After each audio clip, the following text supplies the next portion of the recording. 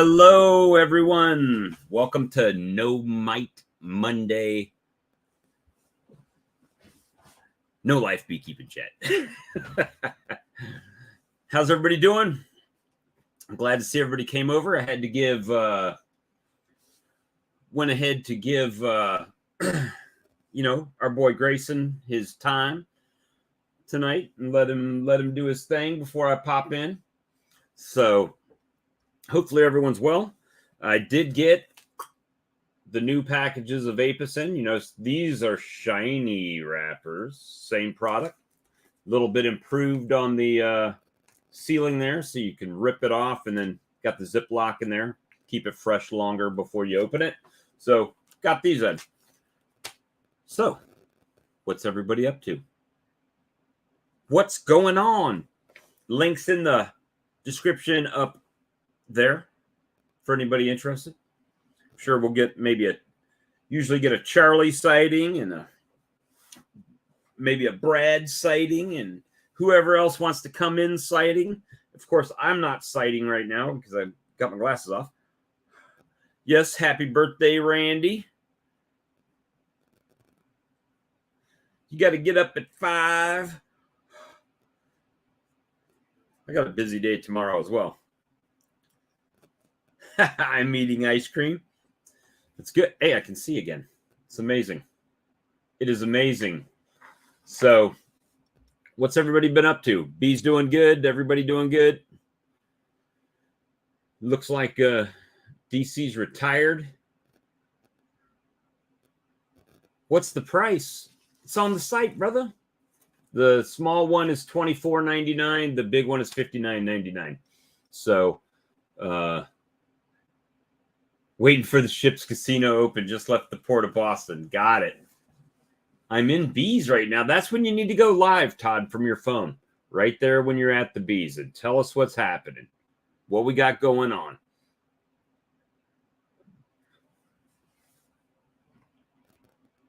It's so reasonable you can't afford not to get it.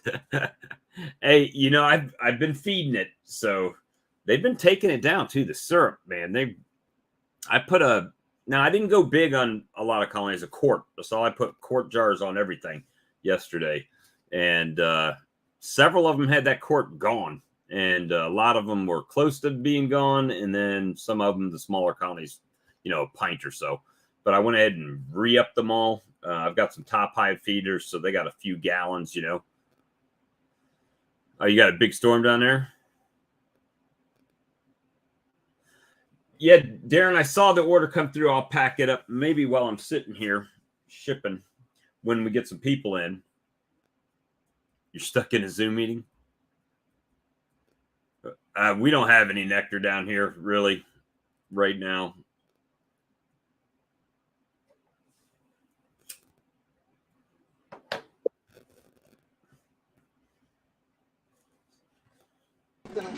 World Traveler Steve from Daisy's Honey.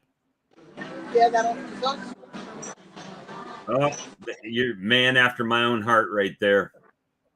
Man after my own heart. You getting ready to win it big?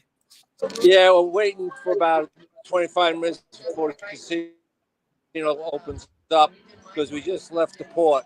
So you got to get far enough out to sea to be in those international waters or something? Can you hear me? Yeah. We can hear you. Can you hear me?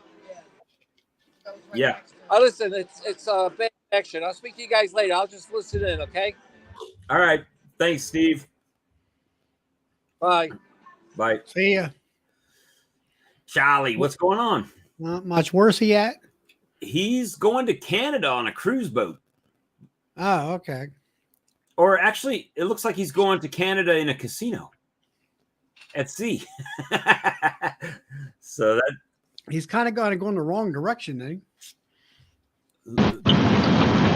Evening, guys. Hey. Good evening. How are you? Oh, not too bad. Busy picking up another. I'm doing good. Picking up another truckload of barrels. Another truckload of barrels so you can pack the honey in. No, we can hear you. Pack the honey in. That's exactly what I'm doing. More barrels to get the honey put in. How many barrels do you have packed already? Yeah. What have I got? 2, 4, 5, 6, 7, I guess. Are they 55-gallon barrels? What we would consider 55 gallons, or are they They are. different? Nope, they're the 55-gallon barrels. Yeah, and I got another 6 here in the back of the truck, and plus everything that I've put into the 5-gallon pails as well. So, yeah, it's So been a are good the year. barrels going to the co-op, or are you keeping all of it right now? Oh, you can't send it. Well, the co-op hasn't approved my my membership yet, so apparently they won't do that until October. But they keep snoozing. There'll be. Oh, what happened to James? I don't know. I don't know, James. We lost you, buddy. All of a sudden, too. Just so maybe you can hear us. I don't know. But hey, Larry. Hey, I didn't bump him out, did I? No, I don't know what happened. Lee's coming in to turn the names on for us. And and there's Todd. Hey, Todd. It smells like Apagard. Oh, we got to bump you out, man. It's no Mite Monday. Sorry. No, I'm just kidding. I didn't say that. I didn't say anything. I just said it smells like Apagard. The hive on the left that I got to check. Remember I was telling you Bob today about on? Yeah. Well, we're going to find out here right now. How am I coming in? Is it okay? No, you're fine. I'm going to make you big for a second so we can see what you're doing. Yeah. All right. It's hard doing it one-handed. Oh, everybody says that. Oh, look at that. Look what I got to deal with all the time. Black see Widow it? spider. Black widows. It's a big one. Now that's a small one. Holy cow, that's tiny. But she's fat. That's a male. And the bees Gone. can't do anything to her? He got what? The bees can't do anything to him? Well, she's on the outside in this space right here. He is on the bottom of the handle on the outside of the lid. Well, you got one plus. I didn't see any little black beetles running around. You know, I don't see a problem now. I wonder if that Apagard chased what I thought was in here out of here. I'm only going to take a look at one or two. Well, look at that. There's nothing on there. Frame of honey. See, my strips are still. I got both things going on. James is on now. James is back. Yeah, I got back. I don't know what was going on there. Yeah, it just dropped all of a sudden the sound. Let me see if I could crack this one. Todd, what do you got? Formic Pro in there? Apagard. Yeah. So- No. And Kotex. Yeah, I got that going too. Hang on, I got to put the phone down. Hang on a second. Say hello to me. Good looking bees. There's right another there. black widow. So what's happening? Huh? We got Todd's out in his bee yard right there. I just Okay. came by to look at this one hive because I thought I was seeing. Well, You got to I put didn't your know exactly back what in, I was or you seeing, taking but- it out. oh shoot! I See, do this all the time. This treatment sure does drive them down, though. It's already gone. I put 33 on there. It's Can you already just leave gone them for 2 bended days. right off the top like that. What's that? You just put the brick halfway on the hole and let them. Yeah. Let them So bend. that's too wide. I'm gonna, I close it down a lot just because the treatment's on. If I It did don't that, rain in California. if I had that here, I would have hive beetles. I got hive beetles even not doing it. Look at this one. This nukes them. We just popped out. Yeah, I wonder if it's something to do with StreamYard tonight. I don't know. When he's on his phone, it does that for some reason. Can you hear me? Yeah, we Well, can me, hear it's my. Yeah, I'm in a hole right here, so the signal is probably not the best. But that's it. We're beekeepers. We're always in the hole. Yeah, I'm done. I just got here 5 minutes ago. That's all I wanted to see. So I've had enough. So I'll probably cut out. So I'm gonna end it now, but I'll jump on in a little bit. All right. All right. See you soon. Yep. Right. So James, you got barrels. I got another 7 barrels here. Yeah, taking them home to get them filled up. So I basically I've cleaned out the local stores of all the 5-gallon food grade pails. So I got a bunch of honey barrels here now and the liners. Problem I have is I'm not equipped to handle the weight of the barrels. I mean, you start talking 640-ish pounds of honey in a barrel, plus the weight of the barrel. I mean, I just I'm just not equipped for that. Got to get a barrel toter. Oh, but getting in your truck is the other issue. Then I need exactly. So I got to start looking for a forklift, and it just I don't know. As I expand exponentially, I mean, pump, infrastructure. It sounds like a gas pump. Ching, ching, ching, ching, ching, ching, ching, ching. Yeah. Well, and I knew all this. Like I kind of planned for all this. I really didn't. And my own failure here, if you will, I didn't plan for this much honey this year. I kind of thought I wouldn't get anywhere close to this due to the expansion and the number of times I split my bees and everything. But they did what bees do, and they filled her up. So I'm not complaining in any way. I'll deal with the honey somehow. It's a terrible problem to have. Well, and James, all I can do is we have a Toyota forklift. I think that would be the right choice for you. Well, very well possible. I mean, they're a good forklift. I'll have to give them that. There you go. Well, I mean, there's lots of different sizes and stuff too. So, I got to find the right one, and it'll all come in time. So, I'm down to just the pretty much got all the canola honey extracted. I would say I'll be done.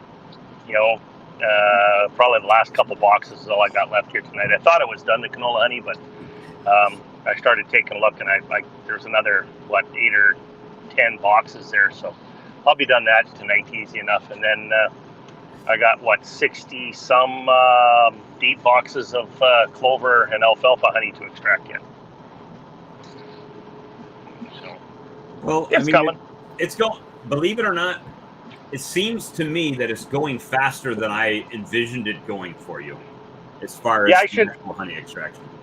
If I got my ass in gear, I would be done probably by the end of the week.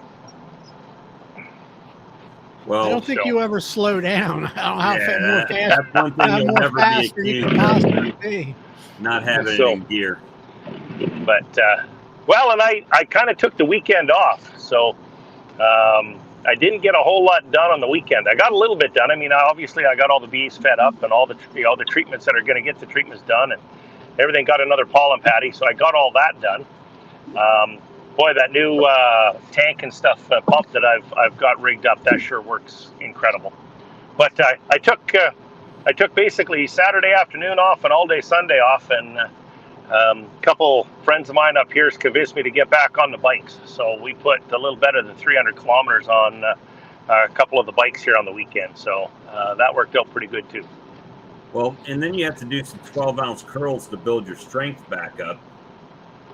I don't know what they are in Canada. Plank curls or something. Yeah, well, They're not a whole bunch of that. Obviously, I'm still on some that elbow bending, but there may have been some cold beverage. You're going through a spot. I'm going down the river valley here. So I was going to say if I lose you, it's just because I'm going down in the river. I'll pop back up here shortly. Yeah, you're cutting in and out now. But cool. I'll be interested to see some. Like I said, if you guys can hear me, I'll talk to you when I get to the top of the hill on the other side.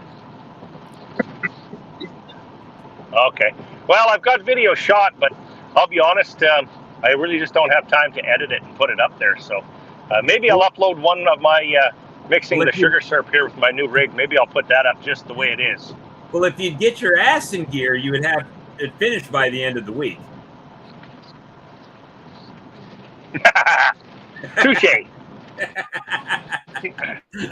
You know, I just poke fun, James. That's it. But yeah, at the beginning of the year, I was sitting back and thinking to myself, I was like, man, how's James going to do this with a 12 frame extractor and all these colonies and all this honey? And then he pulled the Cowan uncapper out of his hat and still chugging with the 12. But still, but I mean, that only makes it go fast on the beginning side. Then the backside is the slow down. The backside is that extractor, and that's the huge bottleneck. But it'll get there. I know James. James is already, he's probably got the wheels turning already. And one day he'll be like, well, Bob, I got this coming in. I have to rebuild it from the ground up. I could have just designed it and built it myself. But rebuild it, powder coat it, new motors, new baskets, new everything. It'll be brand new. Maybe that one that Robert has might be a good deal. I don't know. I have to see what it looks like. Larry, what's happening? Sorry to cut you off. I just been sitting back in the bushes listening to y'all, all the reruns and trying to catch up. And I heard y'all talking about cutting holes in the lids, and I just had to jump in. It's not that hard to do. I've got holes in a lot of my lids, and I have a hole saw that I use with the it does the pilot hole, right in the center, and then you just go on through. But the trick is to back it up with like a 2x4 or 2x6 underneath and drill into it. And once the hole begins to cut, then turn the drill in reverse. Put it in reverse mode, and all that torque, is not a problem. Then it'll go on through. If you keep it in forward and it bites in, it'll spin you around on top of it. I drilled out not all my lids, but most of them yesterday, and the hole saw that I had a spring in the center of it, like where the bit is. Inside of the cup, it had a spring around the drill bit, so it pushed that piece of wood out. It kept the pressure on it, so when you cut through, it just pop it right out of the bottom. So it worked. Yeah. It worked pretty well. I was a little bit because hold on, I'm trying to get this to show you. So I bought these as blank plugs, right? These lids, and they fit kind of loose in there. But then when I put the mason jar on it, the mason jar was tighter in there than the lids that I bought, which I don't know why I did that, but they were much tighter. Yeah, I went out there and cleaned up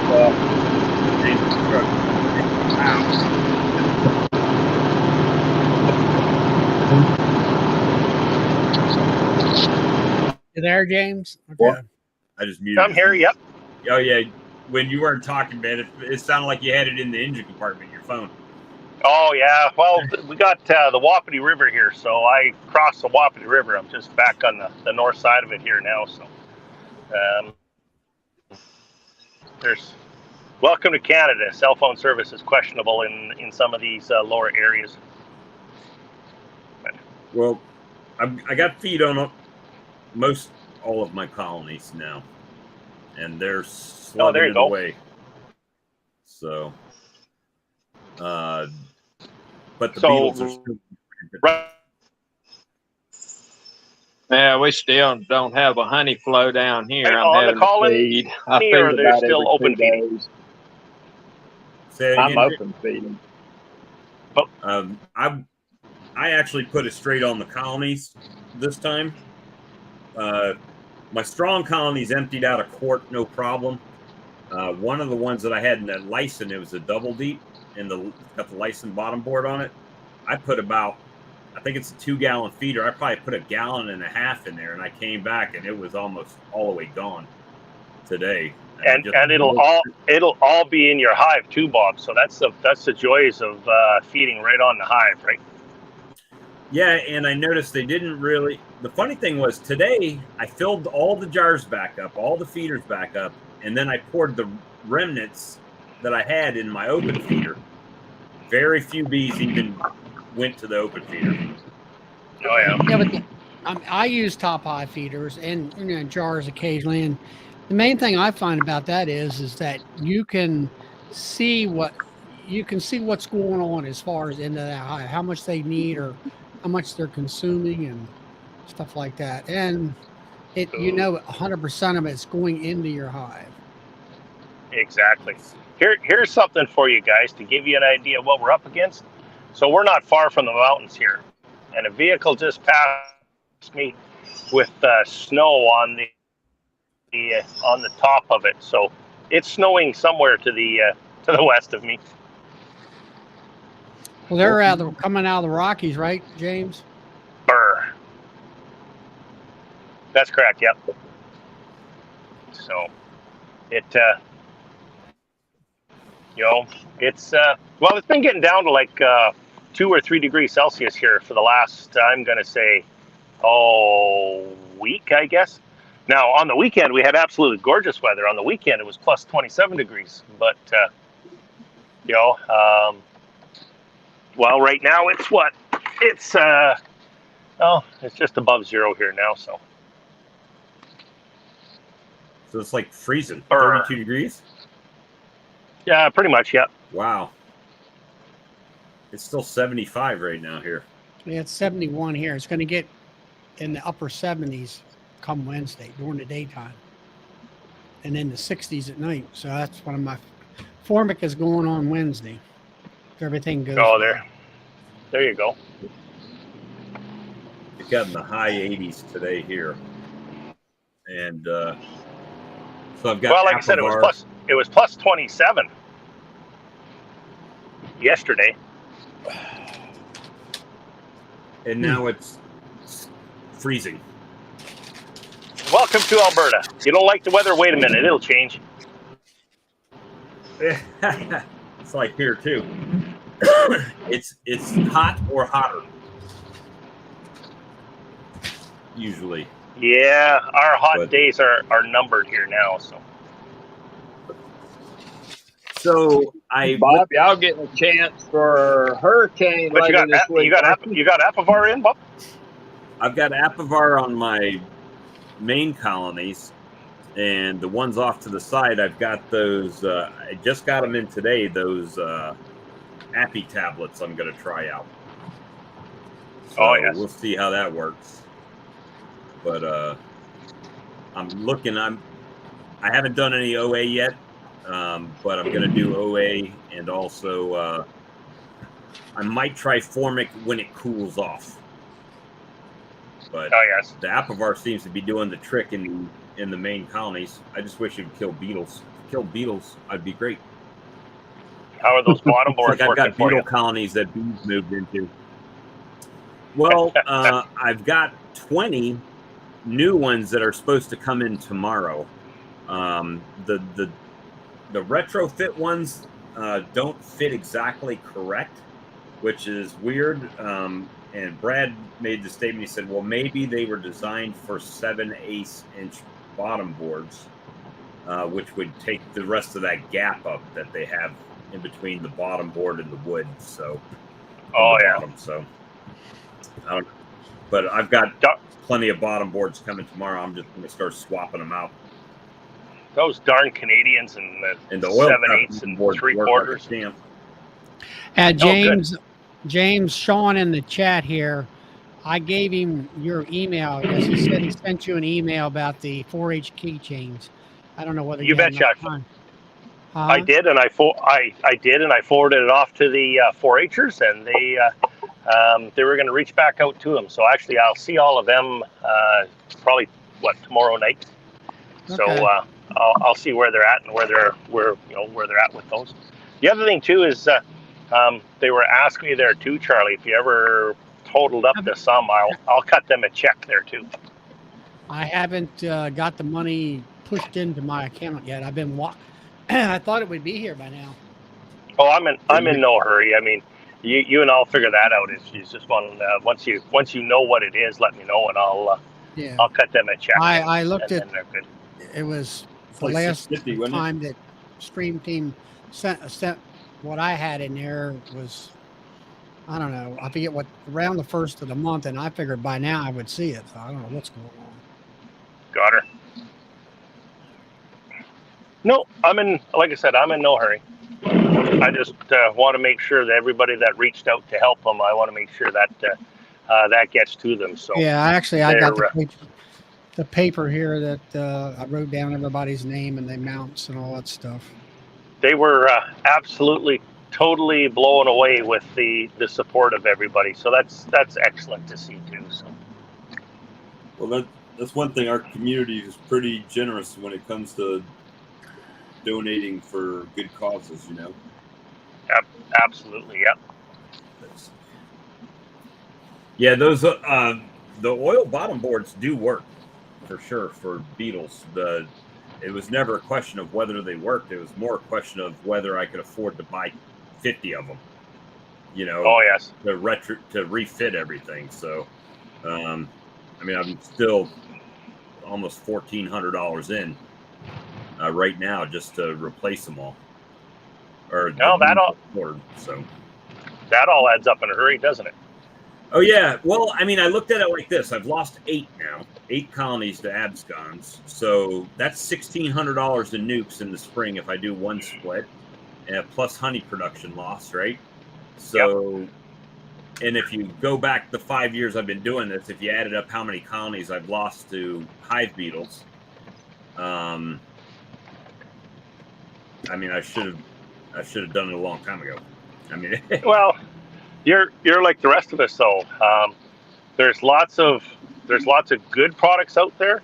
There's lots of gimmicks out there, and you know until you can test it and prove it, you really don't want to dive in full bore, right? Right. I mean, especially when you're going 50 deep. You know, like I bought 15 of those retro bottom boards. That was $400, but and they are catching beetles, but. They're not as effective, I don't think, as just the bottom boards themselves. Got her. At least not without, you know, going in there and seemed like the one with the complete bottom board with the screen and the drawer is. Oh yeah, that's the way to go. That's the way to go. Mm-hmm. That's definitely the way to go. So a lot of people don't understand the whole numbers game, if you will. You know, yeah, you might have increased your hive count by, let's say 10, but you've increased your expenses more than 10-fold, right? By the time you pick up all of the accessories that go with it. I mean, the frames, the boxes, the bottom boards in this case. You know, it starts to add up in a big hurry. In frames and boxes and lids and feeders. Exactly. It just constant. It's the gas pump, right? Cha-ching, cha-ching, cha-ching, just ringing by. Exactly. You know, new truck. And it doesn't slow down. But hey, on a good note, a guy came yesterday. He's like, "Hey, I want to buy a gallon of honey," and I said, "Well, that's 4 quarts. A quart is $30." He says, "Great. I'll get a gallon. I'll be over in 15 minutes." So I went out there with 4 quarts, and he says, "You know what? Nice. Let me get a 5th quart, So I made it $150. And then he said, and do you have any of your hot honey ready? So I didn't. I mean, it's in the bucket ready, but I haven't jarred it. And he says, oh, if you have some of that, I'll get that. So I just went in and grabbed a pint jar and filled it up. And I'm like, here's $20 for the hot honey. So, so that was $170. And he called me and came and got it. I didn't have to do anything but take his money and walk in the house. So that's the way to do it. Pretty good deal. So just saving it up so I can spend it later. Exactly. If you can do that, why not? As long as I can. As long as I can. So. Exactly.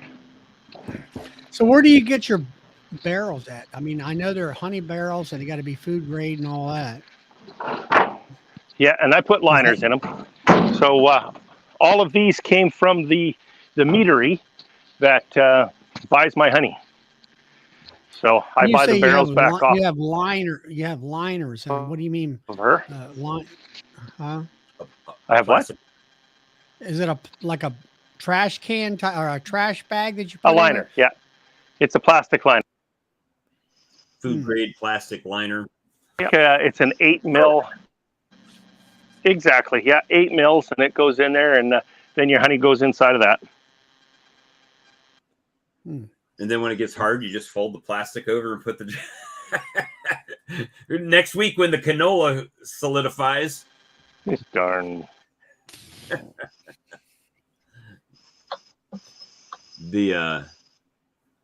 But you got. I mean, you said you got patties and feed and everything on. Right now, right? So you're full out, ready to plug them in the barn, almost. Might have lost James again. Mm-hmm. I know. I put those. I took some pound patties. Those, regular 1 pound patties of the ones that got 8% in it, and I cut them up in quarters last week. And I checked one of the hives this evening that I had put one of them on there, and I had maybe a little scrap left.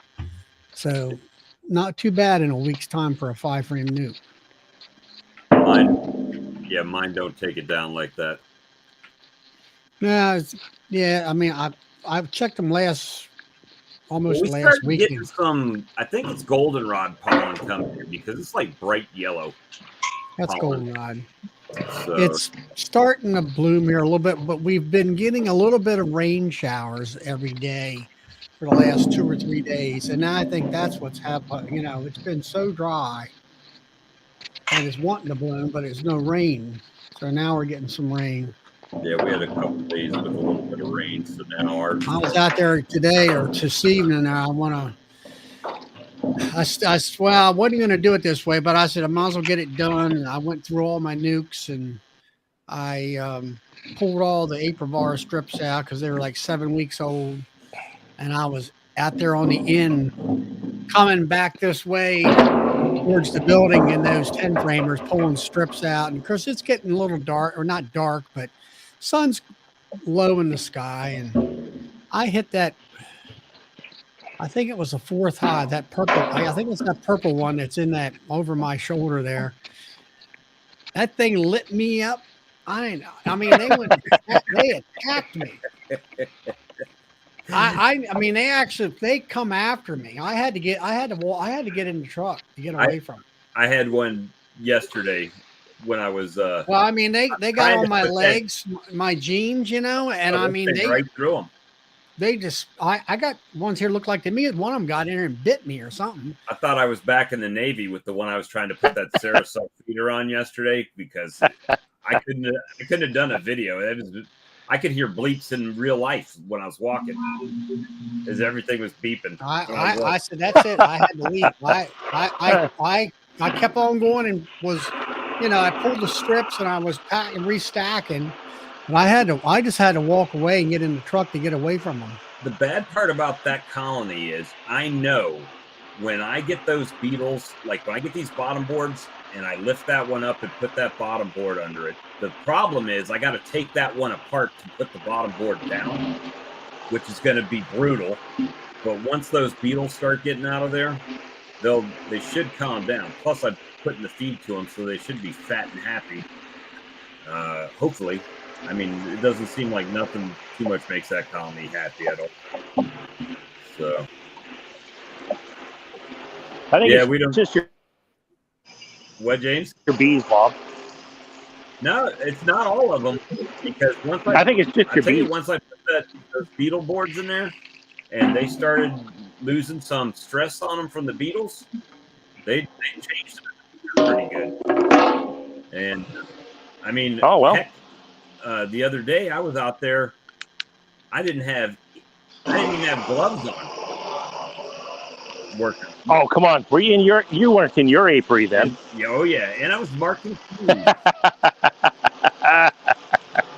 I'm sorry. I was just being See, I ain't no Charlie. I don't grab no queen catcher. I just snatched the little girl up in my fingers and put a dot on her and put her back in there. Or one of them are racing stripes, so I don't know. I need to check. I keep telling you guys need to get one of those little pin cages. I'm telling you, those things are the best thing going. The crown of thorns thing at round. Yeah, just exactly. Exactly. I've looked at those. I've looked at those up there at the Amish place. There, they got them in there. The little threads. They work really good. Like, Yeah. My biggest thing is just finding her, because she's so camouflaged, and usually I've got sweat dripping down on my glasses trying to find her, and then there she is, and then I just pluck her off and put the dot on her, put her back on the frame, and let her go down. Hey, Chris says, "What did I make, Chris? The boxes or what?" You made those. I don't know what he's talking about. Larry Michael Tingway says, "How's your weather over there?" Or down here? Yes, sir. Oh, my weather? It's nice. Today it was like 89, maybe 90, and right now it feels like it's about 68. But I heard y'all gonna be getting some kind of danger of a hurricane coming up the East Coast later this week. The weather guy told us that it's going to be out in the ocean, and I mean we're along the ocean. We have a town called Ocean City, Maryland, which is our tourist area, and they'll probably get some rip currents, rip tides, I guess it's called. And other than that, that's about as far as I know. We might get a bit of rain out of it, but we've been pretty darn dry, and we've been getting showers. I mean, it rained yesterday pretty good, and a couple of days before that, like a half-hour rain here and a half-hour rain there. So we've needed the rain. Things are getting pretty brown. Starting to get brown. Yeah, I hope we don't get anything this year up in the Gulf. We get tornadoes so bad off of them that I hate bad weather.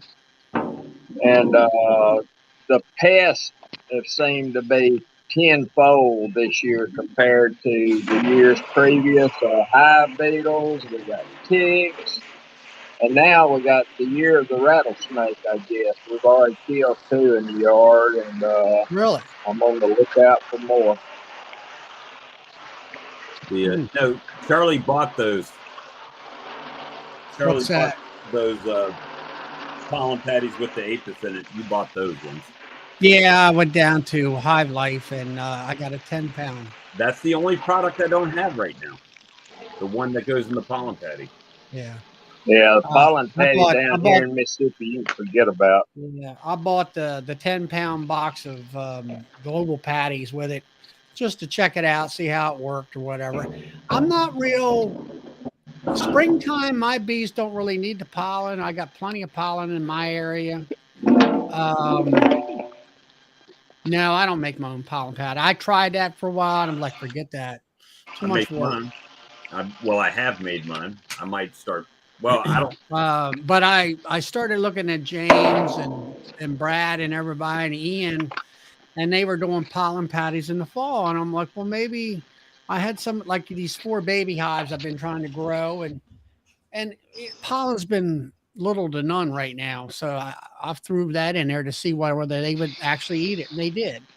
So I didn't check the other hives today, but Our pollen count is do supposed that. to Hey, be high Brad. tomorrow. So Well, I got 8 I've more had hives to pull strips out of, and then I'll be done that.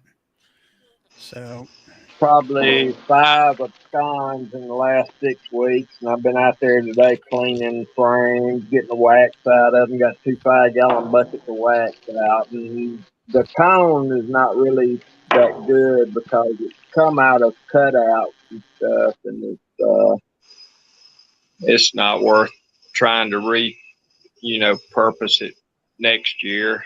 And but I am starting to get wax moths in my shop, and I've got to do something with about 20 frames. It's got real good drawn cone in them, and I don't know how the best way to handle that's going to be.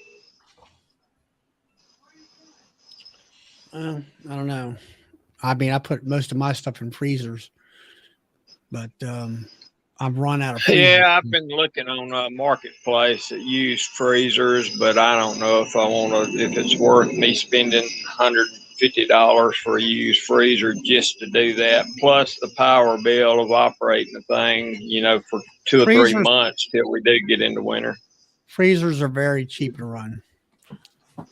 You figure about it. So when you get them up to temperature and they hold them at that and maintain, it's very, very, that's like some people talk about dryers and stuff, and I never found that to be the case. I list, yeah, but all that it still sounds kind of like sounds kind of like Hive Alive, to be honest with you. Yeah. I mean, it sounds kind of like hocus pocus to me. Thymol, essential oils, vitamins, minerals, amino acids, and sugars. And it comes out kind of like a big sweet tart or something. I mean, it's pretty hard. Smells like. Take a bite. Smells terrible. Yeah, you can lick it. No, sir. No, sir. Not gonna do it. I got a cutout to do Saturday. I asked the guy how old was retired the from beehive. that. No. I asked the guy how old the beehive was. I was hoping he'd say a year old. He said it's several years old, so it's going to be a fun one. Means it's got a lot of comb, and maybe I don't know what I'm. It's kind of like opening a Christmas present. You don't know what you got till you get in. Right. But he said it's got honey coming out of the siding of the house. It's an old camp house, and the people are from Louisiana, and they come up here hunting our deer, and they've got a hunting camp that's full of bees. So that's good. Hopefully you make a little bit of money on it. Yeah. I got a guy that's he likes to help me. He's trying to learn how to do it, and I'm gonna give him the bees, and I'm gonna get the money.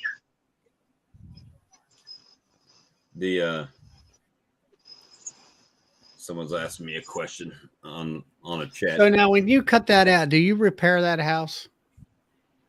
I normally do, but he said that he was bringing 2 Mexicans with him to repair it. I said, well, I normally do that. I do a lot of, I've been into $2 million houses, and I've been in old historical landmark houses, and you can't really get in there and make a wreck out of it, and you got to put everything back, and he said the Mexicans were going to put it back, so I said fine.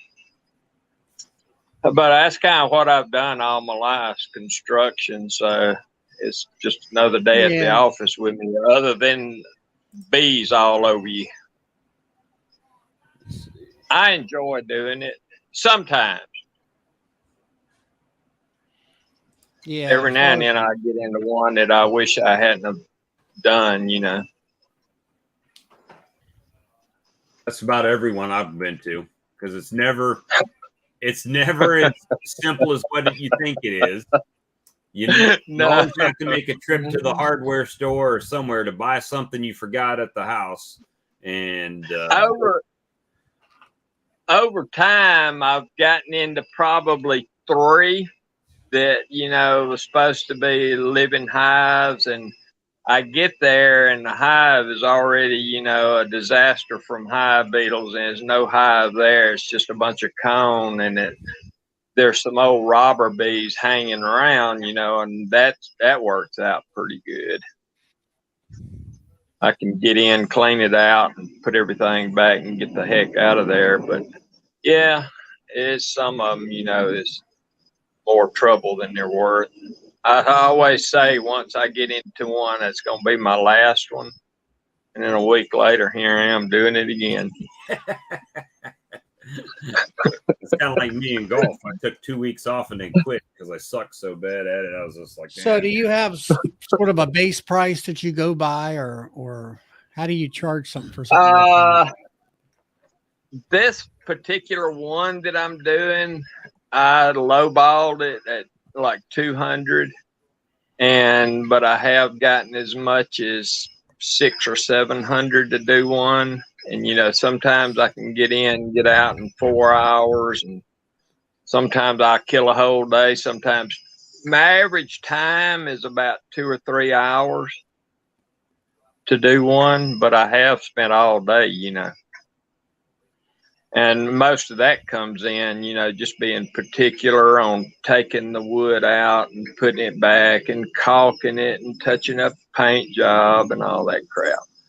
But I explained to the people, you're not only paying a beekeeper to remove the bees, but then you're paying a carpenter plus a painter. Right. All in one. Otherwise, you're going to have, you can't just go in there and poison them and it's over. All that crap's got to be taken out. And some people don't understand it till you get in there and really show them what's under the piece of plywood or the siding or whatever. Once you pull that off, and then a big section of home and everything. And that's right. Yeah. And the honey, I got one down everywhere. It was 17 foot long over their formal dining room. It was a high-end house over by the country club, and it was right over their dining room table, and it was 17 foot long. And according to everything, they told me it was going to be a 1-2 year old hive. And so I just told them $300. I spent all day long. And we have a garbage collection service, it puts out these garbage cans, and that's what we use. I filled up 2 of them with honeycomb. That hive was over 20 years old. They just saw it 2 years ago. Well, her husband spilled the beans when his wife left. He said, I'd been, putting tape over the holes in the ceiling 15 years ago where they were coming through the sheetrock. The thing is, that's what I found out on a lot of the removals that I've been on like that, is that, first of all, they don't tell you that they've sprayed the colony 5 times trying to kill it and they haven't been successful. Yeah. And then you bring them home and they're like, well, you get to keep the bees. And I'm like, yeah, but the bees typically die. I don't have good luck with keeping cutout bees. Not at all when I get them home. So I don't know. It's probably I used to have a lot of trouble keeping them alive, but I have figured out a lot of stuff, and they survival rate's gotten to be about 100%. And the first one I done, I remember I cut the cone out and I was trying to put it in frames according to the YouTube people, and I was putting it in upside down, sideways. I didn't understand, if there was an up and a down to it. Yeah. That hive died in 3 days. But yeah, so I don't. It has to be something really close to me before I'll go out now. I mean, the biggest problem, like if I was going to do it, I don't have the time to do it. Yeah, that's you gotta have a full weekend. I don't have full weekends. Yep. I got one. It was over like, I was using a 28-foot ladder. It was a 2-story house, and it took all of that 28-foot ladder to get to the top of it. It was at the top of the gable, and I actually pulled the plywood off, and I didn't have my smoker. I forgot my smoker. So I had some old oil rags in the truck, and I lifted them up and just tied them onto the ladder, and the smoke went straight up into them. Next thing I know, the queen come dancing out, and I grabbed for her, and I missed her, and she got airborne and took all the bees with her to the other end of the house over the carport on the peak of that gable. Well, they all left. I got the cone out, put the plywood back up. I told the owner, I said, well, your bees are gone. They went to the other end of the house. I said, I think you got a hive on the other gable, too. Well, I'm not going to worry with them. Whatever. So, but that was a trip. All them bees went straight to the other side of the house. That's my kind of luck. Or I'll try to get a swarm that's high up, and I'll try them, and then they'll just move to another branch higher up that you can't get to. Oh boy. But yeah, we having big time hive beetle trouble. And I was in Walmart yesterday morning early, and they have an oven pan. It's a little old aluminum throwaway pan section, and it's an oven pan. It's 15.5 wide by, I think, 23 or 24 long. It's the perfect size for the bottom, and it's like 2 of them for $3 and something. And those would be perfect. And they're probably a 1/4 inch deep. And they fit perfect from side to side on the bottom board, 10-frame bottom board? As far as I just roughly measured one, went down to Walmart, seen it, and, you know, it is pretty darn close. And like the guy was saying, you know, build a bottom board to fit the pan. And you could do that with those. They're so close, it might work like it is. If you just cut 2 trenches, you know, in the side board, slide it up in there. Hey, Brian. What's happening? You at Yappy's place tonight? I saw you had his piano in the background. You know, I put that virtual thing, but with the, like, this hat on, it looked like I had, like, half a head. Brad, how you doing tonight? You're all quiet back there. Well, I didn't want to interrupt. Trying to be polite. Hello, Brad. Polite on Good, here. good. How are you doing, Larry? How you doing, Brian? I'm good. We just put on a lot of steps today. It was feeding and treating bees. Worked all day. I'm quite exhausted. Probably fed 150 colonies or something. Oh wow! I should have been wearing my Fitbit because it probably would have had a stroke. No, it would have probably said, "Who's wearing this? This is not Brad." yeah, exactly. You violated your agreement. You get a text message with a theft alert on your GoPro. Somebody stole your Fitbit. Yeah, that's not funny, Brian. Oh man.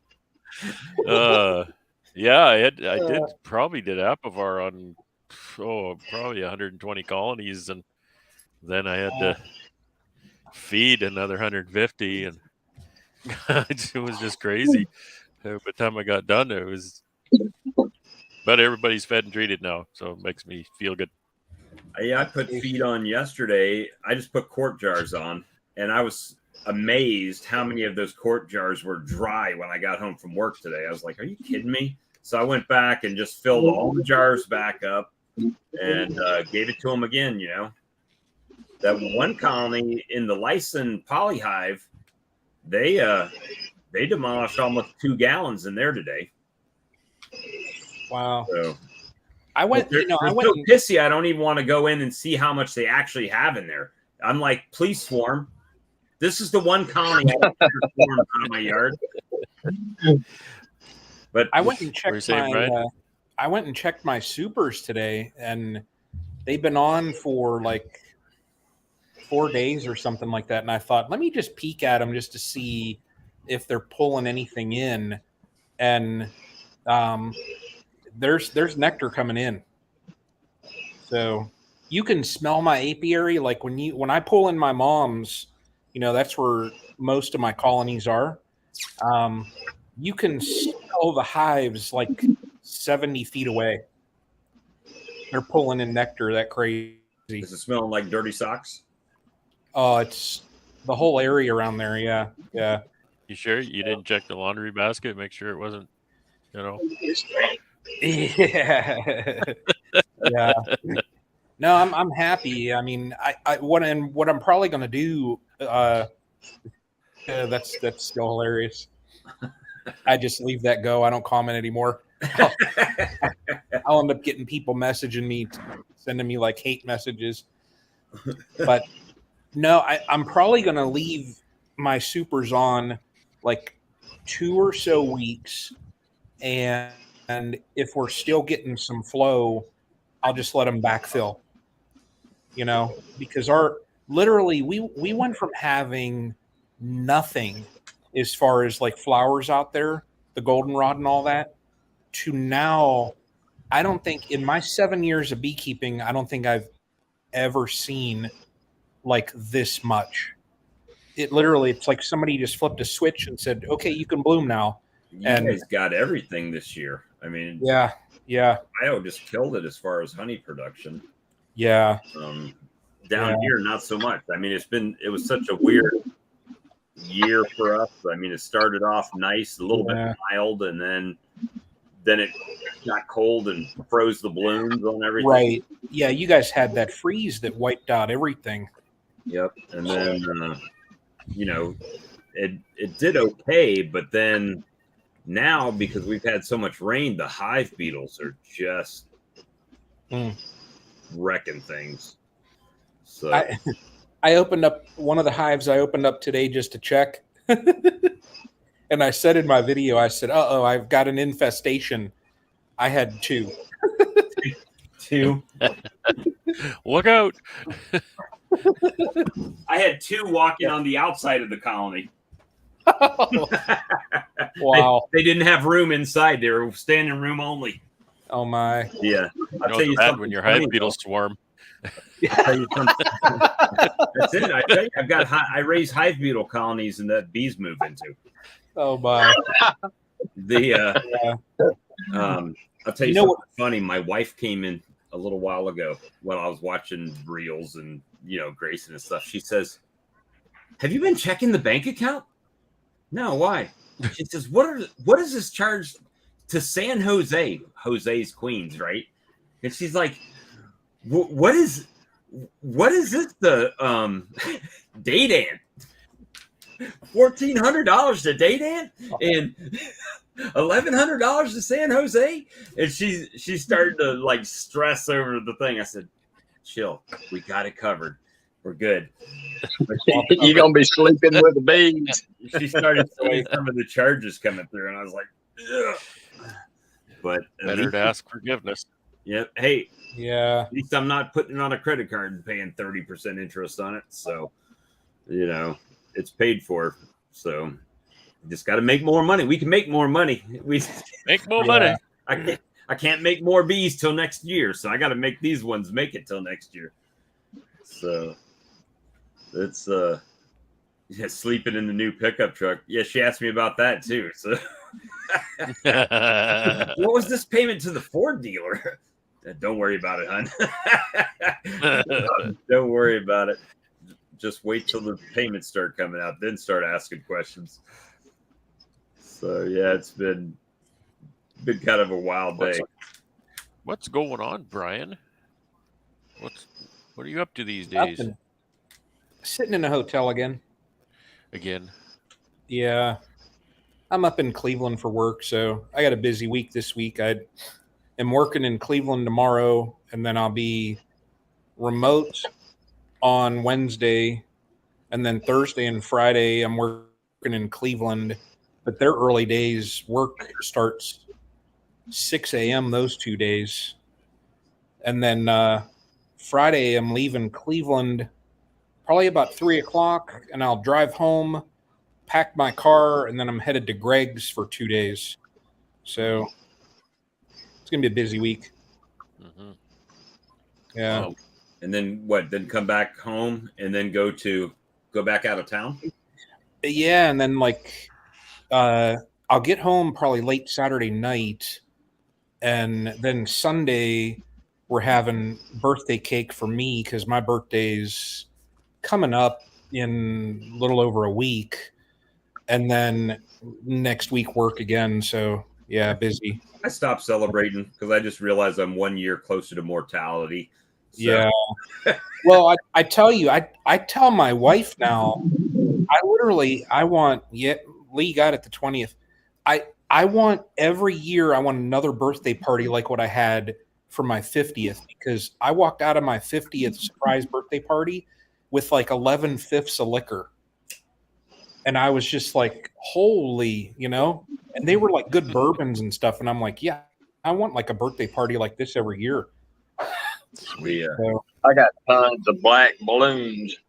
Black balloons. Of course, that was many years ago.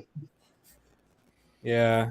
But no, it's just busy. So I tell you, Brad, if I had to go out and feed 100 and whatever colonies, I'd probably lose my hair because I'd be so stressed out about it. I got stressed when I had 20 some colonies, let alone Well, 100. the stress is buying all that sugar and everybody wondering what you're doing with it. Yeah. I'm working my way back down to 20 colonies at this rate. It's little things, and I think about this sometimes, and I mix my sugar syrup in a IBC tote, right? It's like 250 gallons or so, and I mix that tote. I mix that tote up, and usually I'll let it sit overnight, and then I'll mix it up so that I can serve it the next day. And you get it all mixed up, and I look at this big tote of syrup on my trailer there, and I realize that that's nearly $1,100 worth of sugar in there. And I'm thinking, what if that valve springs a leak in the middle of the night or something? It would be highly disappointing. Oy. So Yeah, but it's just the little things that kind of get you stressed out, You could just go back into Costco and tell them you're Ian Stepler. I could. You believe that? Anybody tell them that? Apparently. But I wonder if Costco's really good with returns. I wonder if I could go in with all these empty bags and say it leaked out on the ground. It was faulty. It was faulty. Yeah. And the valve did crack on my tank too. So that's not unreasonable. Hey, Todd, I would turn the ball valve and the whole damn thing would snap off. And just Santa Claus. Yeah, I would wait. I actually had my buddy's daughter's dog tripped the ball valve on his tank and drained out $1,100 worth of syrup. Oh, he was not happy. Oh, yeah, not happy at all. So anyway, it went well. I used about half of that today. So fed the out yard, fed most of the home yard. I fed, 30 at the home yard before, so I didn't feed them again today. I think I'll feed them tomorrow. Fill those pails up. $1,100 of sugar would probably feed my apiary for like 11 years. Well, and I do that 3 times, Brian. Oh, I mix 3 totes every season, every fall. So this is tote crazy. 2. That's nuts. So I got to mix a 3rd one yet. Wow. Yeah, it's considerable. Like it's pretty crazy. Like somebody asked me, what would I do if I won the lottery? I said, keep raising bees till I go broke. Yeah, just keep beekeeping till it's all gone. That's all I would do. I told my wife that not that long ago. I said, man, if we ever hit the lotto, I said, I would want just a couple acres so that I can piddle with my colonies where we live, and I said, I would want a heck of a honey building. I said, I would probably build like this monstrous honey building and put like a big screen TV in that. That way, when I'm extracting, I could watch TV and all that stuff. I have 20 colonies. bees in a $500,000 honey house. I would. That'd be nice. I would. Yep. Yeah. But that's all I Yeah, would I'd do. do is that. I would mess with bees. Sure. I'd do bees and queens and just give the honey away. Like Yeah. tell people just come and get it. I don't want that stuff. It's too much work. Yeah. Yeah. Yep. Yeah. It's Although the I'd bees and probably queens get bored. that's the fun part. I'd get bored. You know, if I didn't work, I'd get bored. So, yeah. Santa Claus. What's the latest, Brad? Santa Claus. No, Is that your that's new not name? me. That's not me. I did make that comment. I just wanted me full disclosure. So, Brad, there were some comments about a certain conference. I'm not going to say which one. Oh. And they were announcing certain speakers that were going to be there, and I made some kind of comment, something like, you know, the next upcoming speaker is going to be Santa Claus.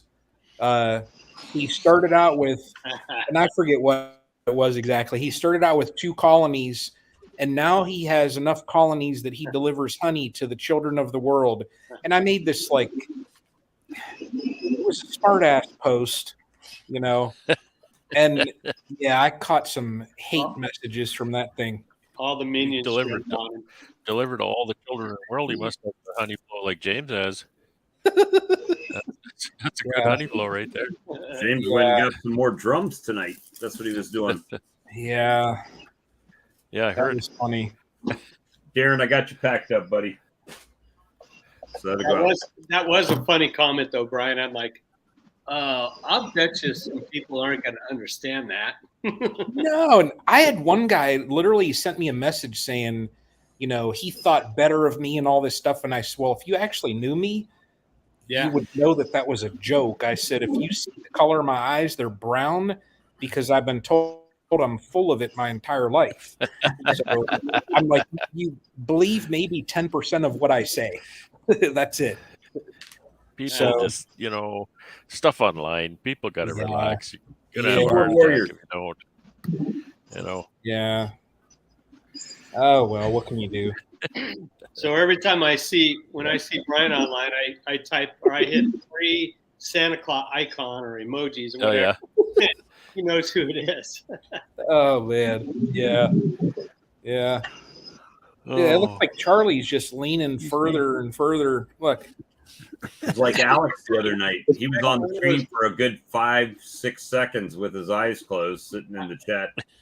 Ian Stepler's in the chat. Everybody's in the chat, and I think he was checking that white box behind him. It looked like he was, you know, leaning way back there. He was looking. Yeah. Yeah.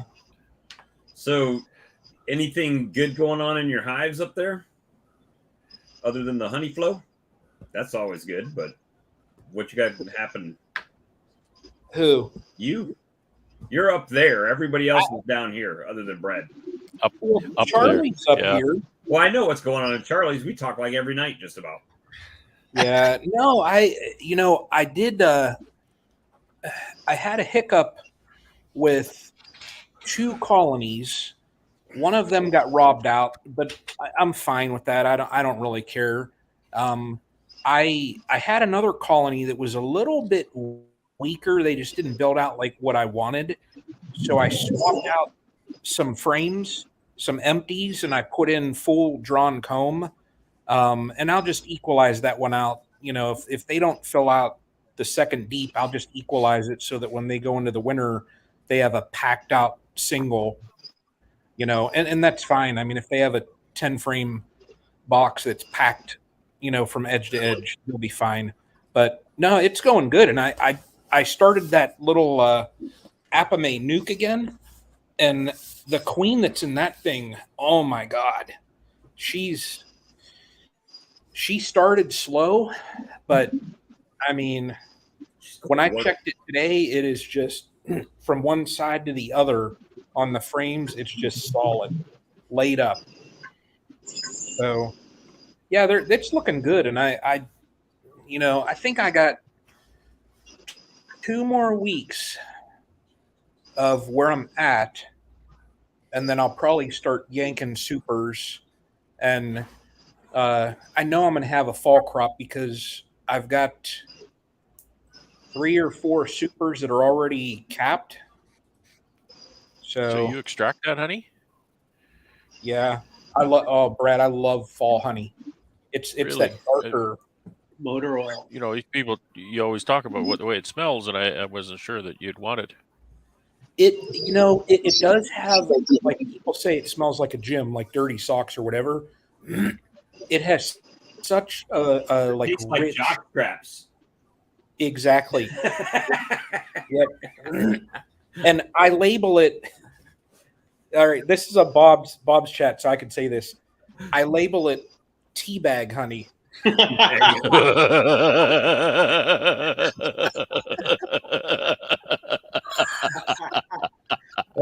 goes the monetization.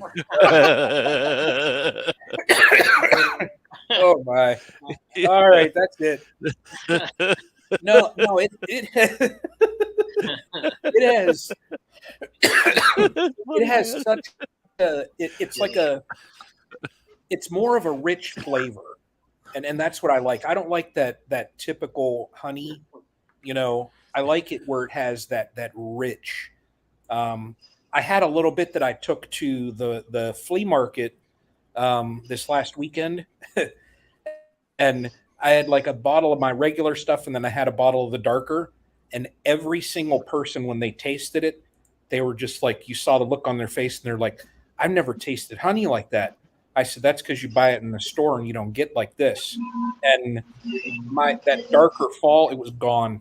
That was first stuff that sold, gone. So, hey, does your guys' Walmart sell these? what? Hold on, entire screen. Only in the South can you find these nuts. Oh my! This chat's just gone way down right now. That's how it is all the time. Oh, I'm kidding. Next thing we're gonna have Santa Claus on here. But yeah, that's the Oh. and then we had another nut brand that was called Jimbo's Jumbos.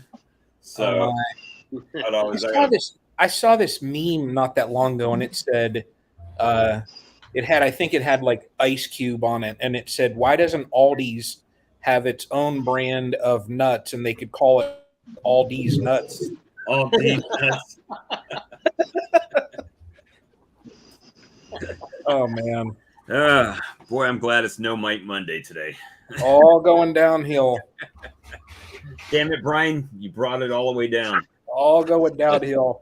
Look, Charlie's starting to swing side to side now. He's like, "Well, I'm gonna fall out of this one." He's like looking at his watch. Well, I gotta get going. Bedtime already. Oh man. My flow is never the same.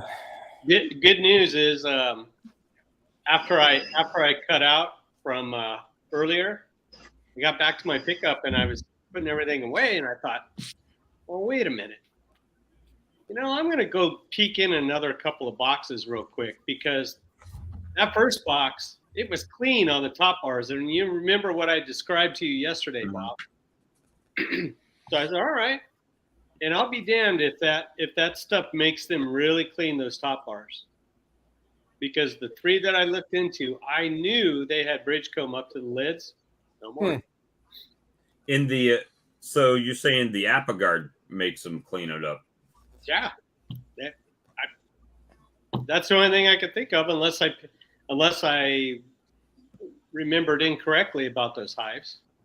But I usually leave that stuff on there. I scrape it off at the end of the year.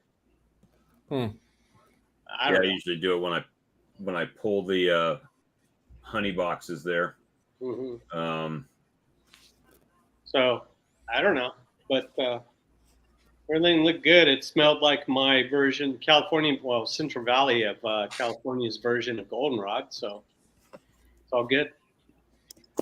Brian, you guys might be up against Cayman tomorrow night. Uh-oh. Why? What's up? I just see on his on Facebook on the Nobby thing. He says, "Join Mr. Arthur English and I for a deep dive into our honey show at 6:30 Central Standard Time, which is 7:30 Eastern Time, right?" Yeah.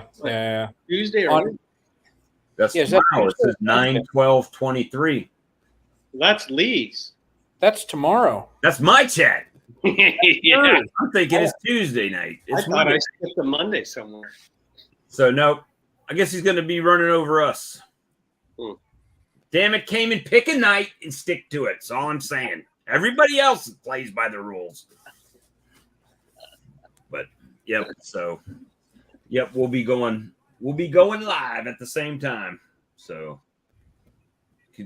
if you're going to the honey show, got to get it on the Cayman channel. Are you guys taking jars of honey down for that honey swap? No, I'm not. I probably will. I might bring a few just for like people on here, but Yeah. That's what I'm going to do. I'll bring like I did Yeah. last year. I'll bring my honey down and give them to my friends on the live chat. yeah, not Well, good. I think I was thinking on taking like 30 or 40 of the 8-ouncers, you know. I mean, I think there's enough of us that if I take 30 or 40 8-ounce jars, could, you know, swap them amongst people. So I just got to get maximum dollars out of my honey. It was not a stellar crop this year, so what are you selling it for a pound down there? $10. 10 seems like the sweet spot because I got some people you look on Facebook in the town, they're selling it for like $11 or a pint. And I'm like, oh, it's too cheap. So yeah, I sold mine at that market I did for $12 a pound. That's about right. And it sold good. There's a guy that I know he was probably ticked. There was only one other person that was selling honey at this market that I did, and he was selling his $1 an ounce, and he didn't discount it like even for his 2-pound jars. You know, he had it at what, $32. He was consistent with $1 an ounce. 2 pounds. Yes, and I had like there was at one point I had like a couple people lined up. They were just waiting, you know, to buy it. And when my son and daughter-in-law got there, I said, "Hey, go check the other dude and see what he's selling his for." And he come back and he said he has a sign that says $1 per ounce. And I thought, so he was probably. Now they sold it at the state fair here for $15 a pound. Of course, that's a state fair, and I had helped do that in the past for that club, and it used to be, I think, $11 or $12. I think it was last year, and they sold our club. You go over there. There's this one club who has it, but they give out certain days for other clubs to come in and help, and we get a percentage of the sales. We did $3,000 on that one Saturday. Wow. And all that. So we'll get a percent, like 11% or something like that. But for the club. But the going rate in general is it used to be 10. That's what I'm selling it. But then it's kind of evolved up to 12 on average. And if you're over there closer to the city, it's more like 15. now see, I'm the same way though, as far as that guy. Mine's $10 a pound. It doesn't matter if you buy a pound, pound and a half, or 3 pounds. It's, you know, that's what it is. And I mean, I had a guy come buy $170 worth of honey yesterday, and he paid $10 a pound. Wow. So, did he get stung? No, he came a little bit before dark. No bonus. That's the bonus. That's like the extra free apitherapy with your honey purchase. Did he land on your roof and come down your chimney? Pretty much. I mean, he landed in my front yard with his big ass box van that he knocked about half the tree branches off of one of my trees. But Oh my. it was cool because then it doesn't scrape the top of my truck when I drive out. So Yeah. Free tree trimming. yeah, he's free tree trimming. That's it. But he didn't. I mean, and he wants me to take bees out to his property, but the property is like 45 minutes away. And and for me, it's just that drive. That's an hour and a half without working any bees on a already crunched time schedule. So Yeah. and then I saw another post somebody posted up and tagged me in today where guys like, I've got land if somebody wants to bring bees and split the honey with me. It's like, are you splitting the cost of the bees with me? I mean, if you're splitting the cost of the bees with me and the equipment and the extraction time and all that, then yeah, we can do a split of some sort. Otherwise, you can get a little bit of honey, maybe.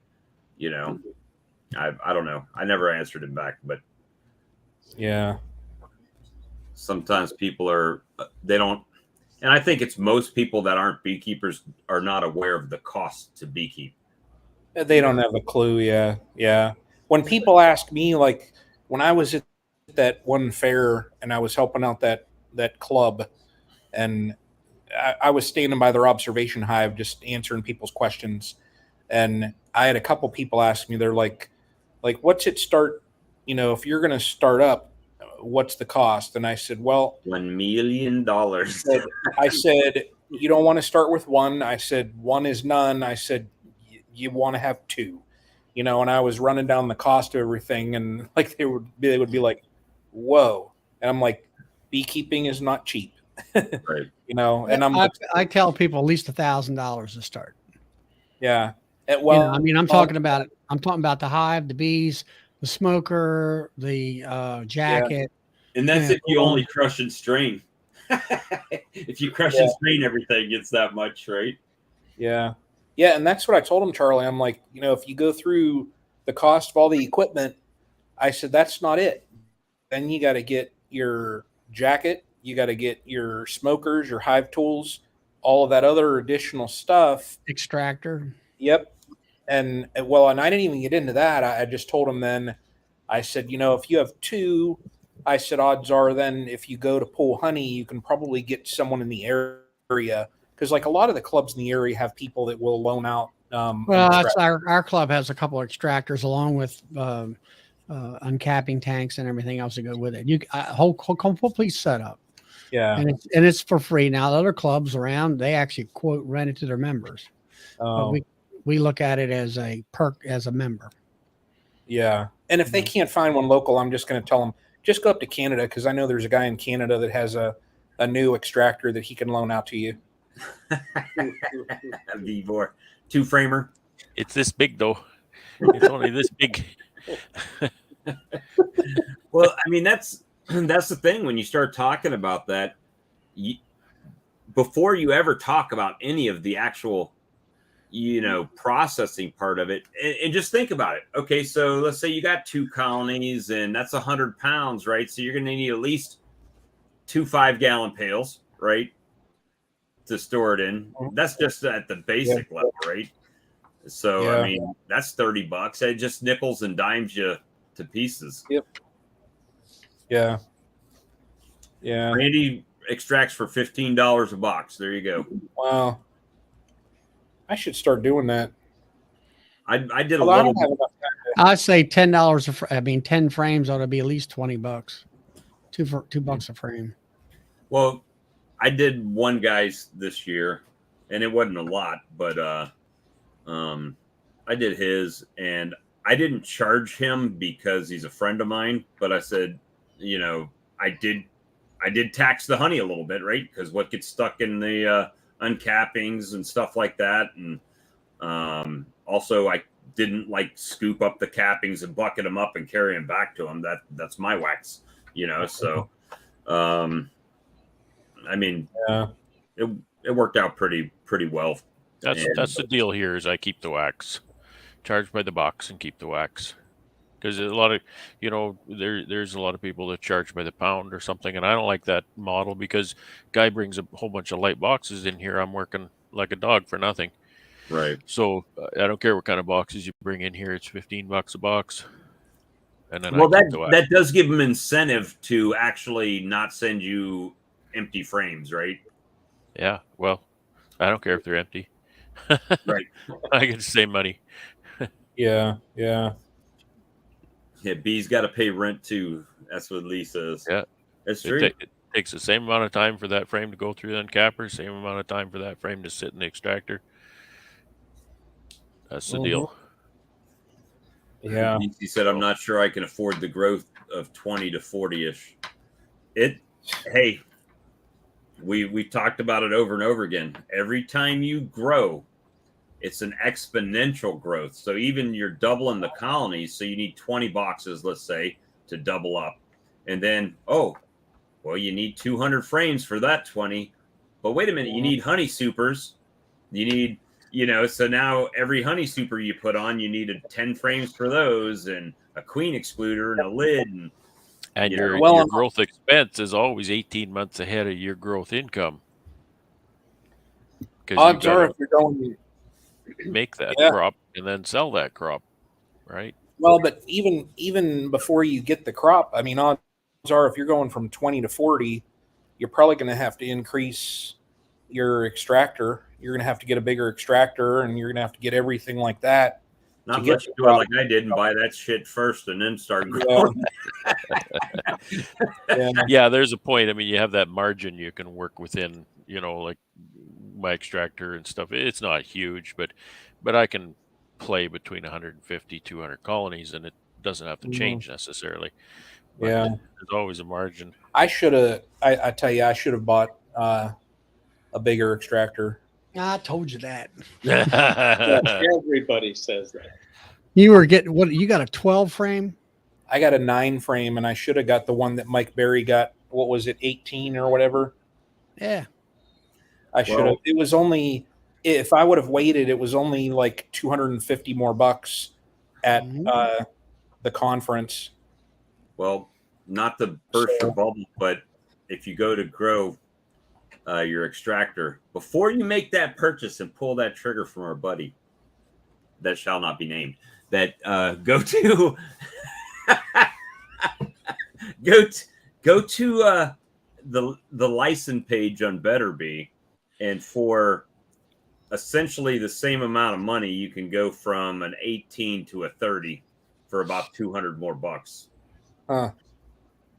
If that's what you want to do, Yeah. I've been teeter-tottering about this bottling tank. I'm gonna buy one, but I got an 18. Well, I watched what's this guy, Jerome's Bee Farm. It's a bottling tank, but it isn't a heated bottling tank. What he's got. Yeah, it's just a stainless steel. Might as well have 5-gallon. Why would you want to buy that to begin with? I mean, there's he's no in Oklahoma, purpose. where it's hotter than hell when he does his honey. Right. He could put it in the garage and nature could heat it up enough where he could pour it real fast. Well, it's hot here too, but I still get that crystallization in the bottom of the jars. Yeah. And then it's an issue, right? But I guess what I'm saying is like I bought mine, which is 25 gallons, and it's heated, and it's like it's a storage vessel for me. I can put 300 pounds in there, and that's 5 buckets. I don't have to worry about crystallizing. And then I got another 3 buckets in my hot box, ready to keep pouring into that. Very true. And I'm cycling, trying to keep it from crystallizing. That's why I want it Charlie too. Is for one, it'll be easier to bottle than what I'm doing. It's just I just did 18 pounds tonight, 5 minutes. Yeah, that's ridiculous. Yeah. Now I got that 25-gallon Max Ant unit. I bought the $400 Harbor Freight scissors lift. Mm-hmm. Same thing as what Jason over Bohemia Bees has got. Okay. Okay, I can pump it. You know, it sits. I leave it sit down. You know, low, and and then when I'm ready to bottle, I just pump it up with the pump treadle. Yeah. Sit on a chair and boom, boom, boom, boom, boom. And I bottle as I need it. So I mean, I'm bottling, let's say, Yeah. 18 to 20 pounds a week. It's like where Jerome out there, I seen in the video, he had 40 bottles sitting there. Well, Mm. you don't, the first thing I learned the first year is that you bottle everything up into ones and maybe twos, or let's say bears, like 8-ounce bears I had at the time.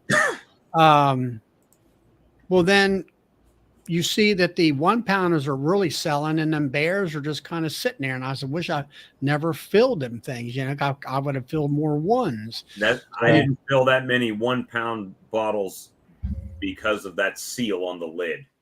Right, the mason jars I can unscrew and pour them anything I want to, but the 1-pound squeeze bottles, they got that pressure sealed lid. That's what I got. And I mean, what I normally do, I have my stock room where I have 10 1-pounders. I've got about 6 or 8 that fit in the box of 2-pounders. I got about 3. I have in the where I'm selling and in my storage at least 4 3-pounders, and I still keep 8-ounce bears, but very small amount. They they go in spurts. They'll sell a lot, and then nobody will buy them. So I mean, the bottling tank makes that part easy. You can 5 or 10 minutes, and you can bottle 20 pounds up, to restock your stock shelves. And it's no mess, no fuss. Everything is kept warm. Yeah. And I keep it at 80, let's say 90 to 98 degrees. Yeah. And I was talking to, I think Mike Berry has the same lift, because when I was talking to Mike. Yeah, he was one of the other guys. I think he was the first one I seen that and got the idea from it. Yep. Because he told me. They got 2 lifts at Harbor Freight, but one of them, the cheaper model, which is it's like 500-pound weight. It's real small and dinky, and it doesn't have the metal to it.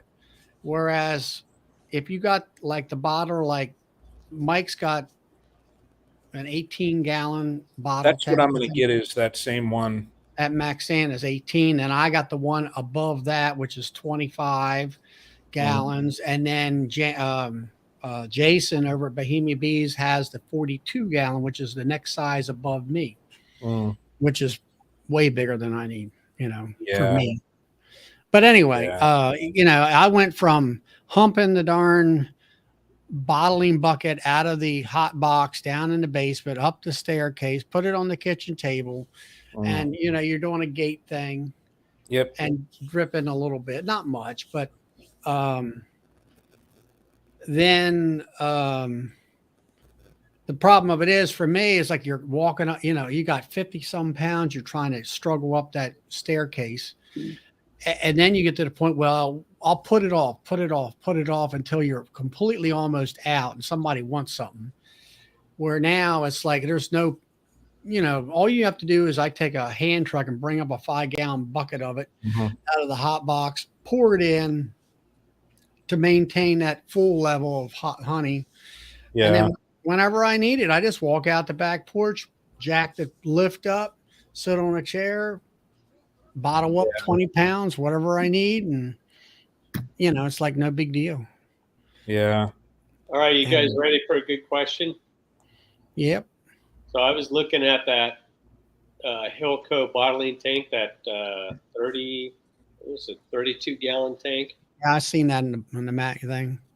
And I thought, you know what? I really want that that long-handled pour that I was telling Bob about on Amazon. Yeah, the valve. Yeah. Okay, so here's the problem. That valve has a BSP thread, and I'm pretty certain the Hilco probably has an NPT thread. So is there and it's different sizes. So what I would need would be a 1-inch BSP to male to fit the valve, but then I need a coupler that converts from MPT to BSP, and from I one and think a half to three quarter. I think I've got one of those valves, and I'm pretty sure it's a NPT, but it, maybe is the one you're looking at. Well, I don't. yeah. Did you get I it don't on know if it's got a brand name on it. I just bought it at my Bee Supply. Okay. I don't even use it. Bought it a long time ago. I don't use it. Hmm. The did you buy one of those? You come to visit, you could put it in your suitcase. Maybe we can make a trade with Fresca or something. I don't know. Or Maybe bring me some Fresca. Kraken or Tangeray or something. Yeah, any of the above. But no, does anybody know? Is there a coupler that goes from BSP to MPT? What And BSP is? What brass? It's British standard pipe, and then MPT I is have no idea. red. It's nominal pipe thread, right? Yeah, National pipe thread. pipe thread. Yeah. You could probably, most plumbing supply houses would be able to tell you. And then the other thing is, I got to get it in stainless steel, so that narrows things down a bit. Bring your wallet. Yeah, I know, right? Well, I don't know. M&J Habitat says yes. Yes, there is, Todd. Question is, So he said local. male or female? Well, one. I'm getting confused. The BSP side is male and the MPT side is female. I don't.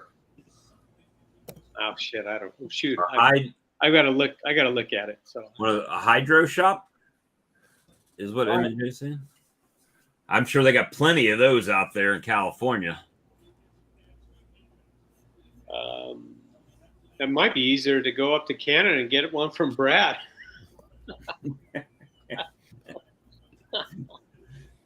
Oh shoot.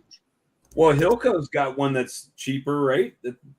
It's got like a plastic handle on it, though. I think. I think mine's 3/4. It's Uh, not. I don't know if it's 1 inch. Oh, Parker store. You got a Parker store near you? I never heard of them. They do fluid stuff. So let's see, Parker. I'll have to look that up. I never heard of them either. They're out of Ohio too. I'll have to write that down. Pretty sure they are. Parker Hannafin. Oh, I've heard of that. Like Randy said, Hilco sells theirs with that no drip. The one drip valve. That's what I'm looking at. But My new pneumatic valve is the same way though. It's one drip. Now, You could get on the stainless steel for the same price as that Hilco one, though. You can get what? You can get stainless steel for the same, basically the same price as that one Hilco is, out of plastic. So I don't know.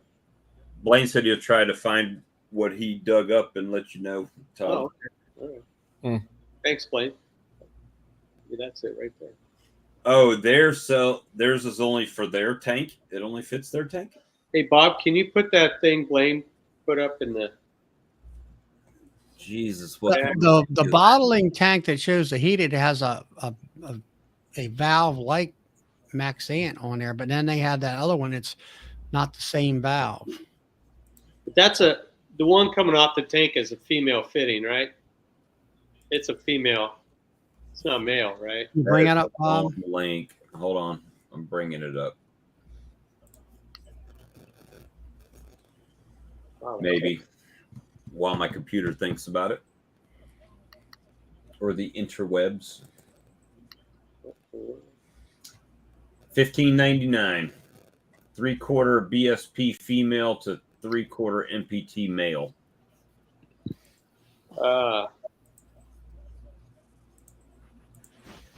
MPT had to be 1.5 inch.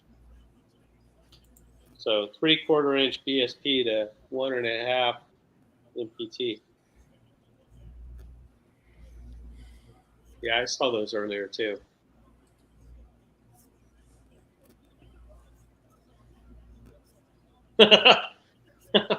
Do it. Bring up the Hilco. The what Blaine said. Heated bottling tank. Takes a while to download that virus. I know, right?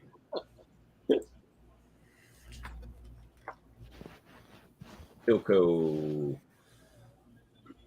There are no pictures of the thread or the female thread on Ilko's pictures.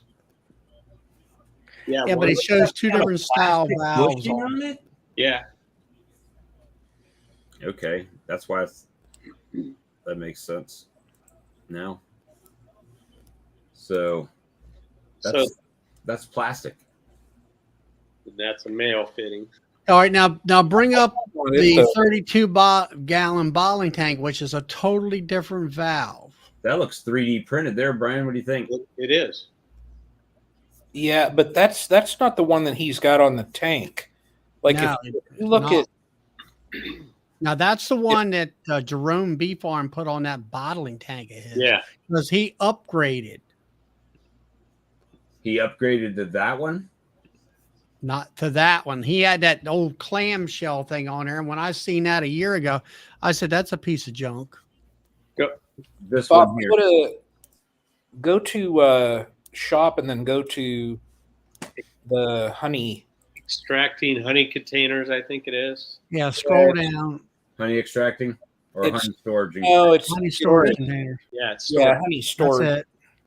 There it is, the first one. And then the first one there, yeah, it's a different valve. It's got a But that's stainless. the heated That's one. the $175 one. Yeah, All right, click on that. that's the tank I'm looking at right there. Bring that next video or next picture. He does have There that. you go. That's it. Oh, yeah. Oh. What the heck? Okay, so is that what you get with that tank? Yeah, Let me see. that's the one I'm looking at right there. But I'm waiting for a discount. How for- much yeah. was that? 32. No, that's 18 and 32. What's 19 Well, and see, you guys 32. will get the 32, Brian. That way you can hold all your honey. I don't want one that big though. Yeah, but you know, the dimensions, like on my Maxi, ain't going from 18 to 25. It's only 3 inches in diameter bigger and 3 inches taller. That's it. what You was might, you'd have to look at what the dimensions is on that, but Yeah. what's the Oh price? yeah, 19. This thing is $950. Yeah. Well, guys, I'm gonna have to run. I'm Yeah. exhausted and I need some sleep. So have fun You get done with your honey? and stay and visit. No, I've been feeding and treating bees. I haven't extracted in quite a while. So hopefully get back at that in a couple of days. Yeah. And get the escape off A the little more, one. little more. Yeah, I carried that one in today. One box. And then I'm done pulling honey, but I had one box I forgot. So I got that one in today. I'll tell you what. So a little more feeding tomorrow, probably about 30, I don't know, maybe 30 or 40 colonies I got to feed tomorrow. And then Oh. and then that's it. And maybe back to extracting. Mighty. Yay. Bob I'm is extracting sniffing for urinal cakes. weeks. These things smell like Vic Vapo Rub. Oh, geez. They're the good urinal cakes. Yeah. They do. They smell like Vicks Vapor Rub. That's probably what they are. He just packages them up as a mite treatment. Well, It's like, take a bite out of one. Yeah. Oh, no. Just give it a lick. Nope. Take a bite out of that, and then afterwards rinse it down with some Hive Alive liquid. I have yeah, right. I have no Hive Alive. Oh, Okay. Well, Okay. thank Charlie, Good you night, are. everybody. see you later, guys. Good You night, guys Brad. have fun. Hey, Brad. Take care. Brad, I'll see you. Only Charlie and you are on that gravy train. I get it sent to me, so Yeah, see? Are you drinking it? I even reached out to him and nada. I mean, when you got your discount code thing, your affiliate code, I got one too, but I don't have that yet, but yeah, you do. I'm sure you do. If you give a link out, discount code, no, you got. I don't have a discount code. They just gave me a hat and a bottle, and I've been making some videos using her hat. And Well, I didn't get a hat. I did get chocolates from Dara though. Last year at the conference, he came over when I was sitting at Greg's, and he said, "Hey, I got a box of chocolates here for you." And I was like, "Ooh, they were pretty good too." So, but see, I didn't get a hat, but I got chocolates. right. So, But I don't know. I've been using it in my feeding these here queens and stuff. yeah, I like it. I mean, it works.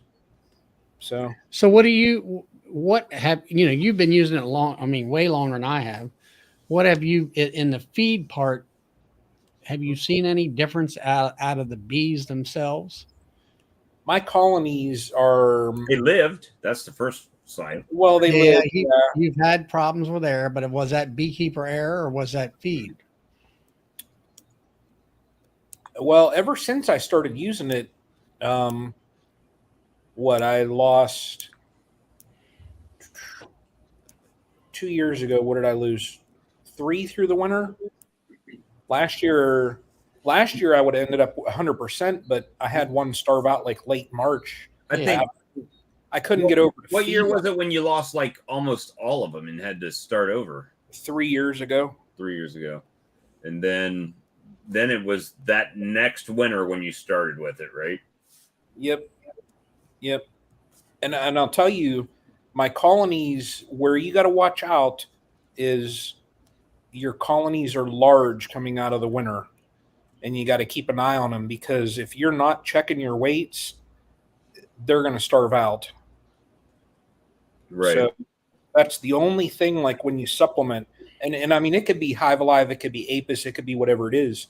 If you make the decision to supplement, you have to put in your due diligence and make sure you check your colonies, because if not, Well, I can tell you that when it came to Apis, from when I fed, they only got 4 gallons of it in my hives that are right behind me there, and the other 4 gallons was just straight sugar water, and they come out of this coming in March of this year, and I was caught off guard big time.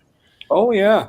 About the amount of bees in there and how I normally manipulate the boxes. Well, next year I'm gonna see. I just blame my bees on roid rage. They just all my bees are roid raging right now. Yeah. You I have the same thing, and I have carnies, and I open up the lids, and they're packed.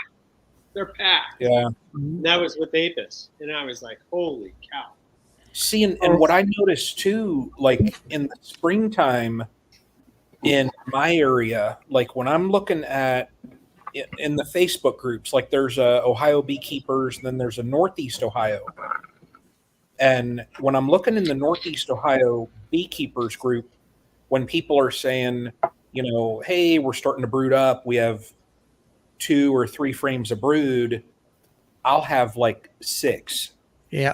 And when I show people that, or I tell them that, they're like, what are you doing that you have that much brood already? And I'm like, Hive Alive. But you got to watch them, because,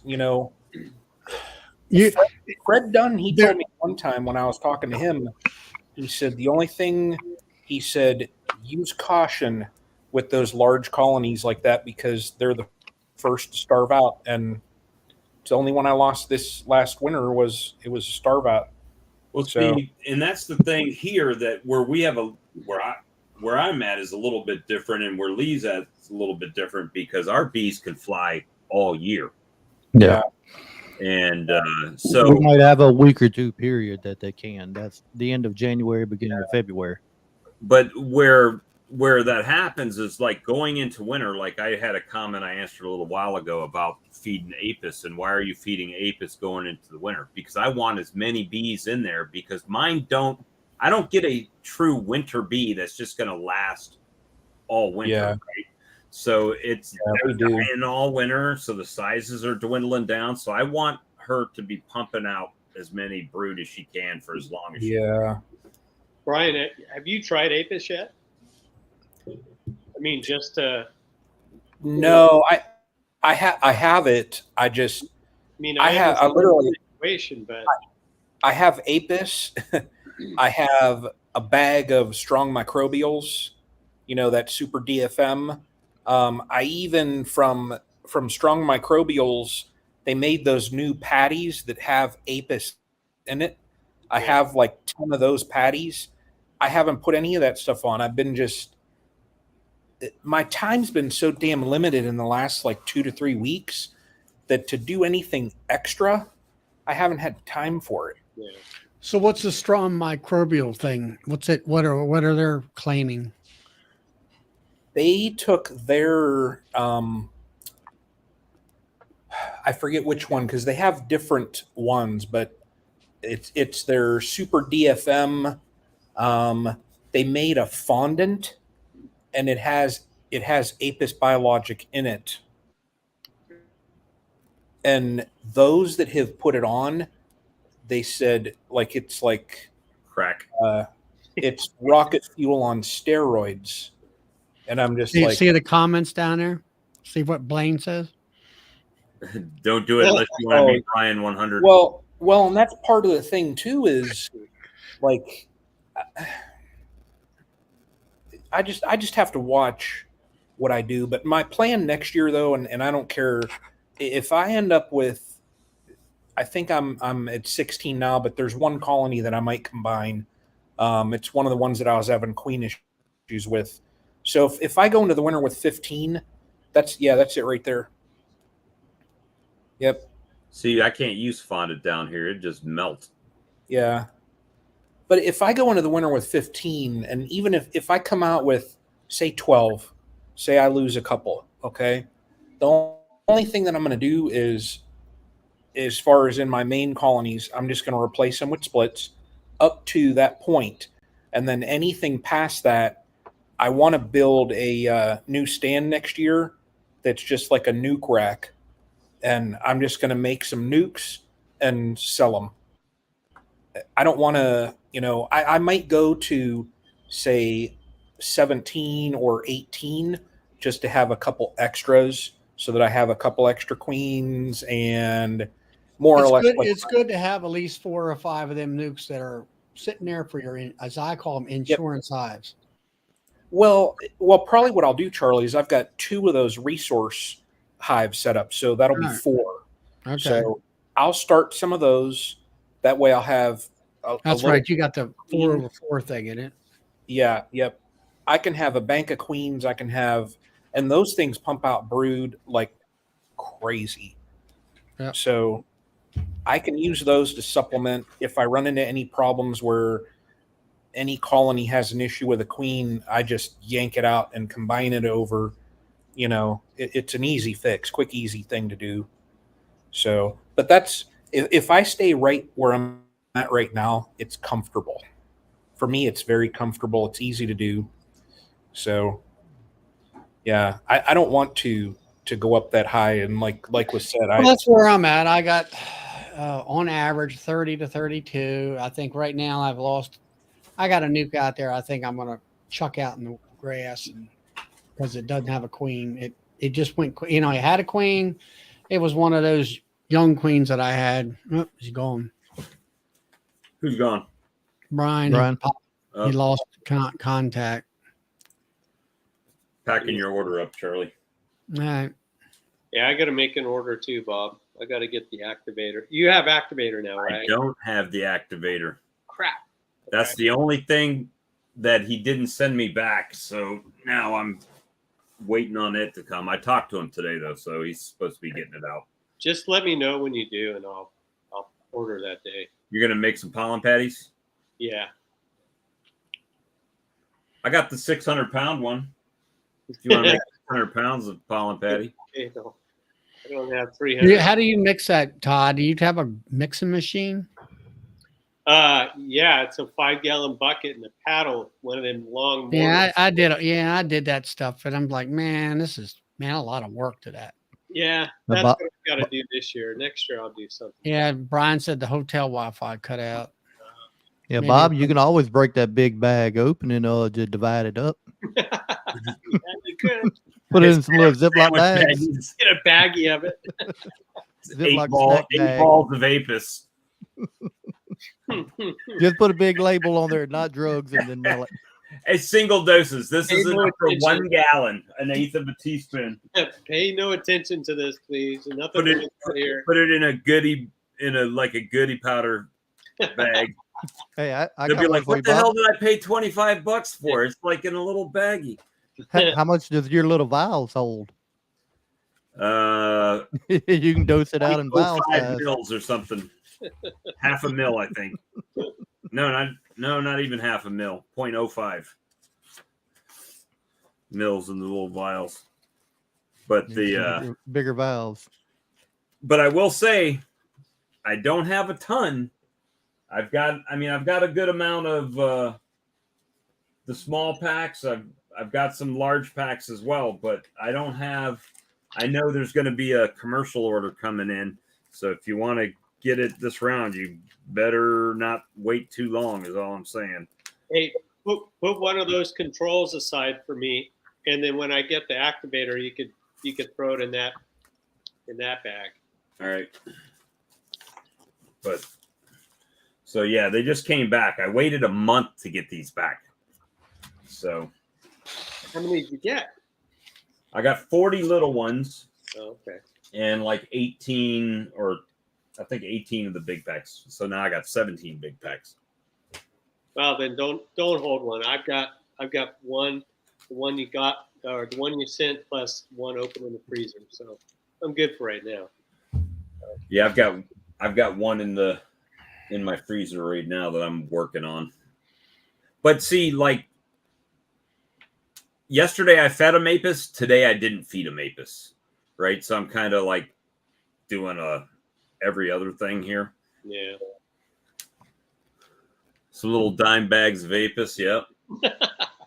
That's it.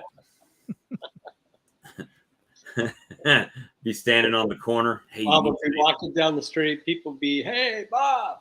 Yeah, that's it. I need some Apis. Hook me up. Let me see. Oh, okay. So Spectrum has worked out their deal with Disney, I guess.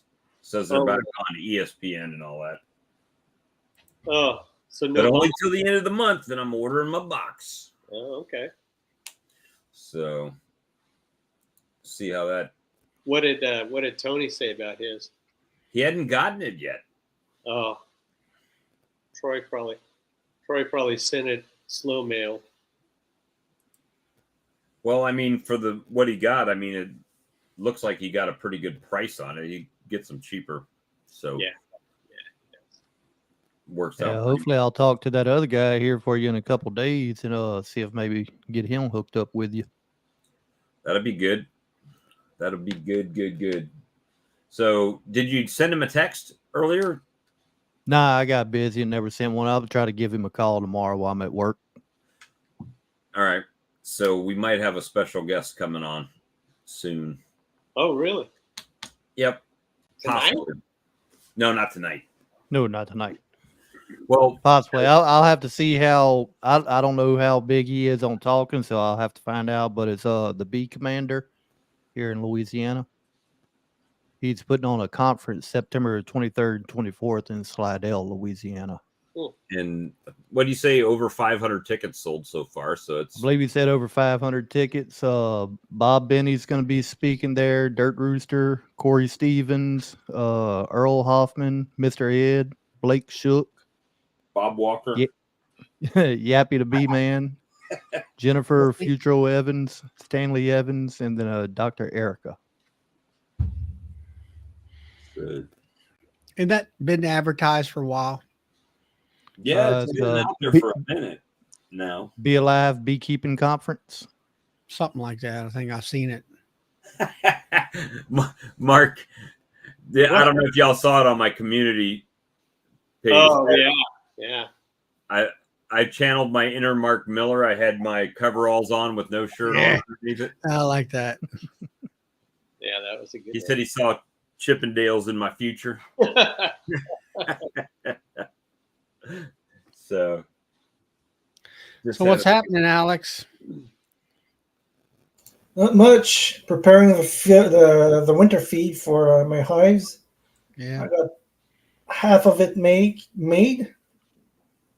and So how do you make your winter feed?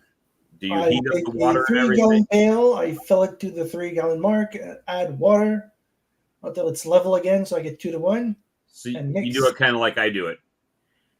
Yeah, 1 bucket at a time. So But you don't heat the water, right? Well, I use tap water, so I use the hot water. Uh-huh. It dissolves easier. I just use the garden. Here's the way I do it because I'm using glass jars. I mix it in the bucket, and then the rest is done by solar. The sun it clears it right up. I mean, Did you see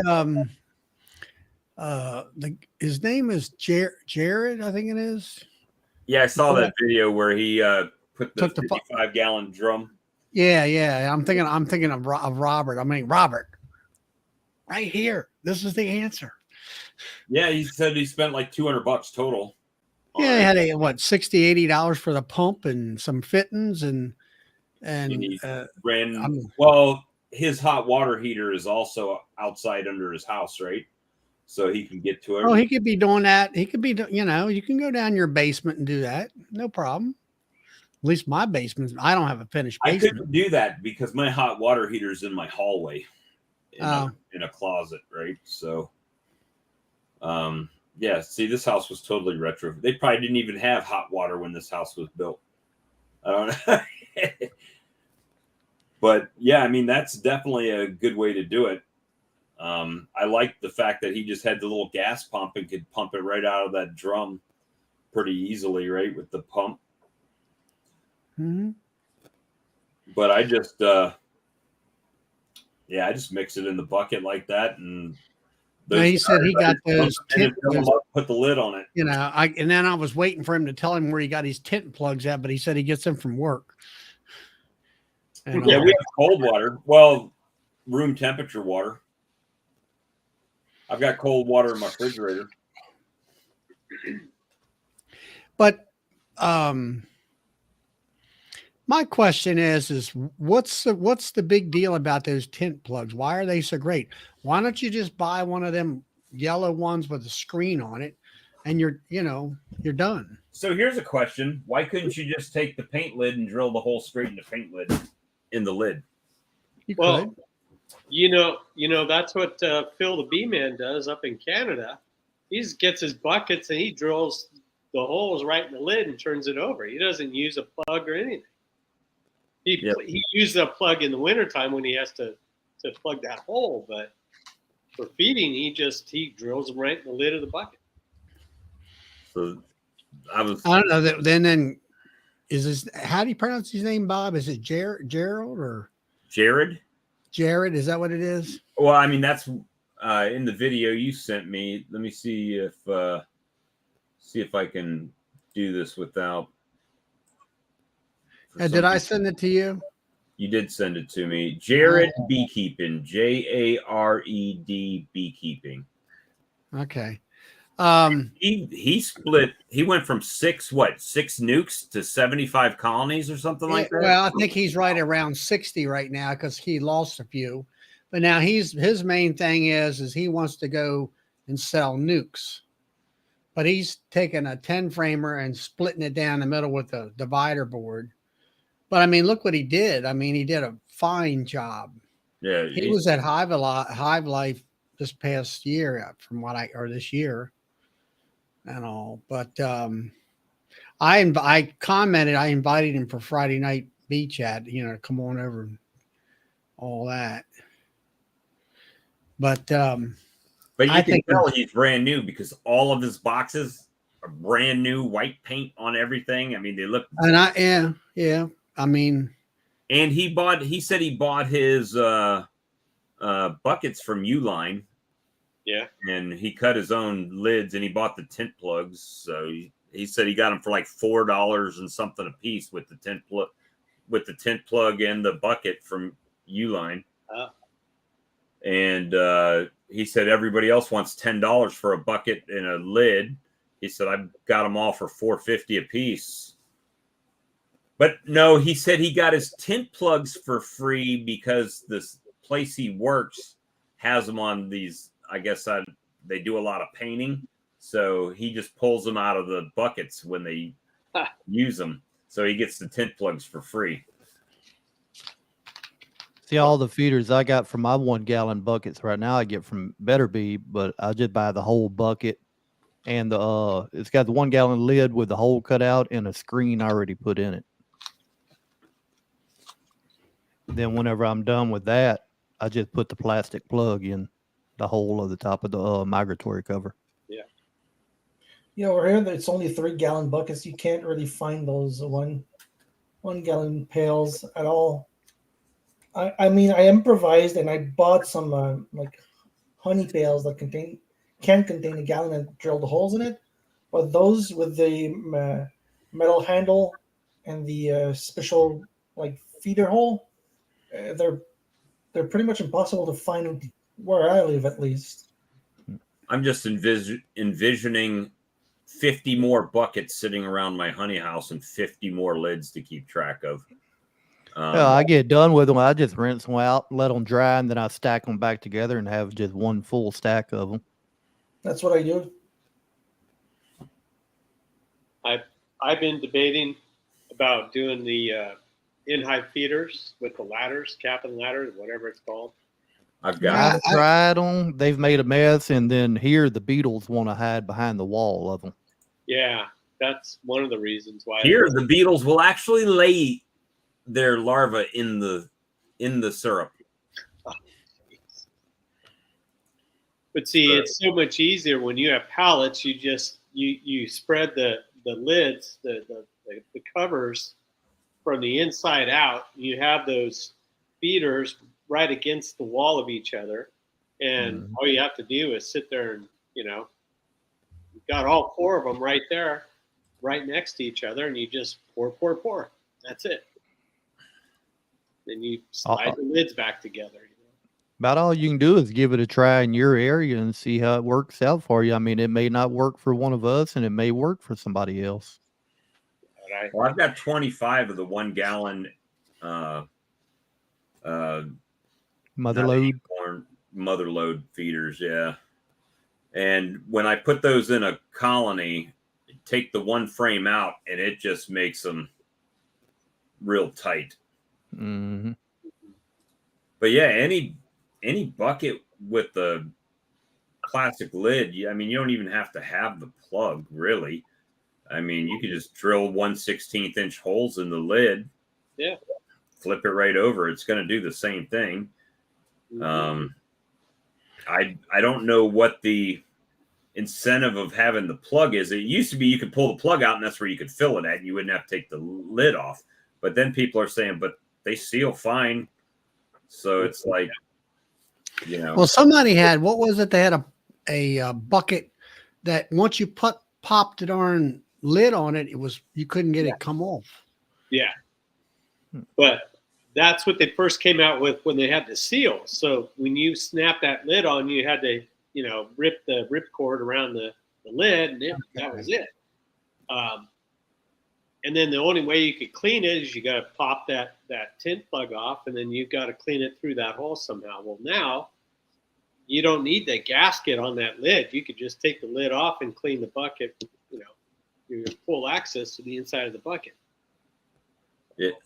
Hope said the icing buckets from the grocery store are gasketed. If you can get them to save them for you. I know Sam, that was one of Sam's caveat. He said, now don't go to Food Line because they already save all their buckets for me. Yep. And I've seen people do that too. Put a 1-inch hole in it and then just melt the screen right on it. Brad, he says he doesn't even, he doesn't do the full size big hole. He says he just drills a hole in there. And then like if he's using a mason jar, use a wide mouth mason jar and just set it right on top of the hole. Like I was doing with the little 2-frame nukes and my smaller nukes. But all of it works. I mean, we can make this thing as difficult as we want or as easy as we want. It seems like, I even Charlie, I even broke out a Boardman feeder today. And of that pissy hive because I wasn't opening it back up, man. I've noticed this one colony didn't have any feed on it, so I just slid the Boardman feeder in, and you should have saw the bees that came right out on the landing board. The whole landing board had like 3 rows straight, like the troops just came right out. And I'm like, push that thing in there and flip the jar in it, and I was gone. They were ready for me. Close the door permanently on that hive. Well, that's what I was saying. I'm going to try to feed them up to where they swarm.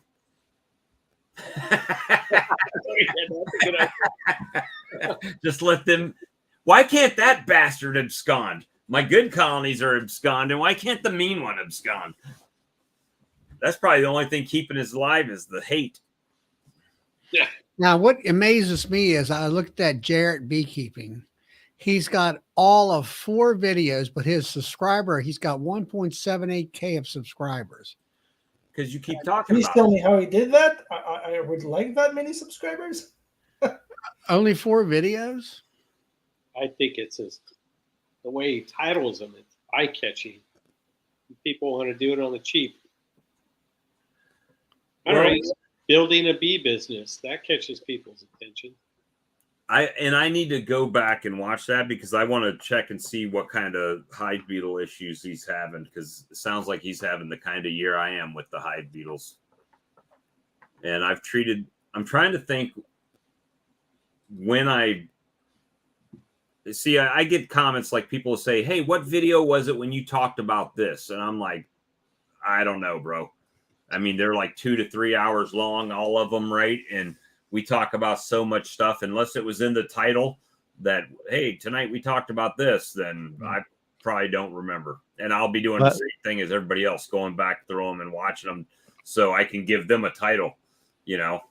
And that's why I started putting dates on the end of our lives. That way, if somebody was watching a live and they looked at the date and wanted to come back to it, they knew which one to go to. Because at first it was just Tuesday night live, Tuesday night live, Tuesday night live, and you didn't know when it was from. But yeah, he seems to be doing pretty good on his YouTube. But I mean, that's good, man. I like it when people put stuff out and they do good on YouTube.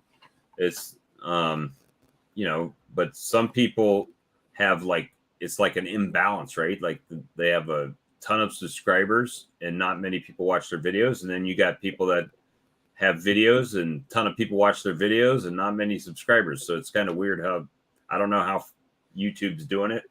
I stopped even really trying to. I think this is what I like to do more, is chat with you guys and chat with people about what's going on, and you know, just have a good time. And yeah, I still get the people that come in and watch a video from a year ago. Yo, you walking with your cameras making me motion sick. Well, flip the fucking channel, you know? I mean, I'm sorry. Whoops. I can't believe you smoke. I don't believe a word you say. Yeah, you smoke. You don't know what you're talking about. Man. So. I see some people use smoke, and I'm like, why are you using smoke for? Ain't no bees there. You know? Well, yeah, I mean, I've definitely started looking at my colonies differently this year. Because, you know, if you watch a Barnyard Bees video and he's doing nukes, most of his nukes don't look like they're totally overpopulated. You know what I mean? And I watched the one he popped out Sunday, yeah, and you can get through the winter with this one. I'm like, Christ, there ain't no damn bees in there at all. I mean, I would have shook that out in the grass and just put the box away for the winter. Like 2 frames. I was like 2 frames and maybe a frame of bees, if that. Well, and that's exactly why I'm feeding those colonies some apis, so maybe they kick it in and start laying a little bit bigger brood pattern. And you know, I can get out 1 to 2 brood cycles, full brood cycles between now and when the weather starts turning kind of fussy for us. Well, I mean, when it comes to apis, I feel like it turns your sugar water into nectar. It has, it's, obviously it has the properties of nectar you're putting in there, but they don't just survive, they thrive off of it. Well, and going back to what, the conversation from earlier when Brian was saying, well, Super DFM added this, and all these people are adding the product. So they see something in the product is why they're using it in their product, right? If it was nothing more than what they already did, they wouldn't add it. It wouldn't make any sense. It's not cost effective, right? So, so to me, that says something about the product. I can't speak to Hive Alive. I mean, obviously Brian has success with it. Charlie's using a little bit of it, and people have like it. But if they're equal, let's just say they're equal. I don't know, but let's say they're. I think they do. Both of them are two different products, and they do different things. And that's been. I mean, that's what Andrew says, right? He doesn't know that much about it, but he. I'll say that it has what is it? It's got thymol in it. Well, that might be it. It's more of a gut health type thing. And that's the one thing that everybody that I've talked to or heard talk about it is the thymol. That's the one thing they go back to. Well, it's got thymol. It's got thymol. It's got thymol. I get it, but if you look at the price comparison on the two products, Apis, you get so much more for your money with Apis Biologics than you do with Hive Alive. I mean, what's the little 100 ml lead? What's that thing running now? Well, the one they sent me was $85. $85, the big jug? I think it's more than that, Charlie.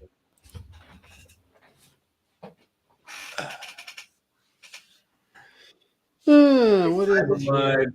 16 fluid ounce, 16.9 fluid ounces. 16.9, 500 mLs. Okay, so $25.99. That little, that's about this big, right? It's a small.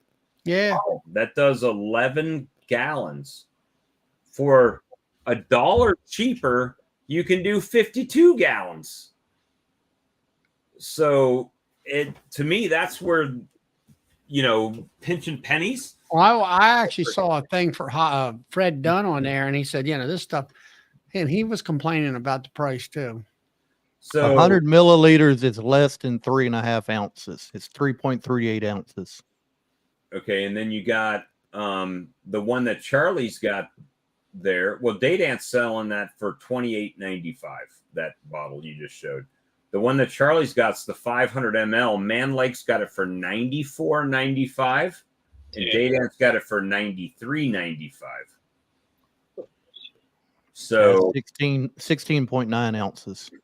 So that's 5 times as much as the little bottle. So that means you can do 55 gallons. 55 gallons. So you get 3 more gallons, but it costs you over double.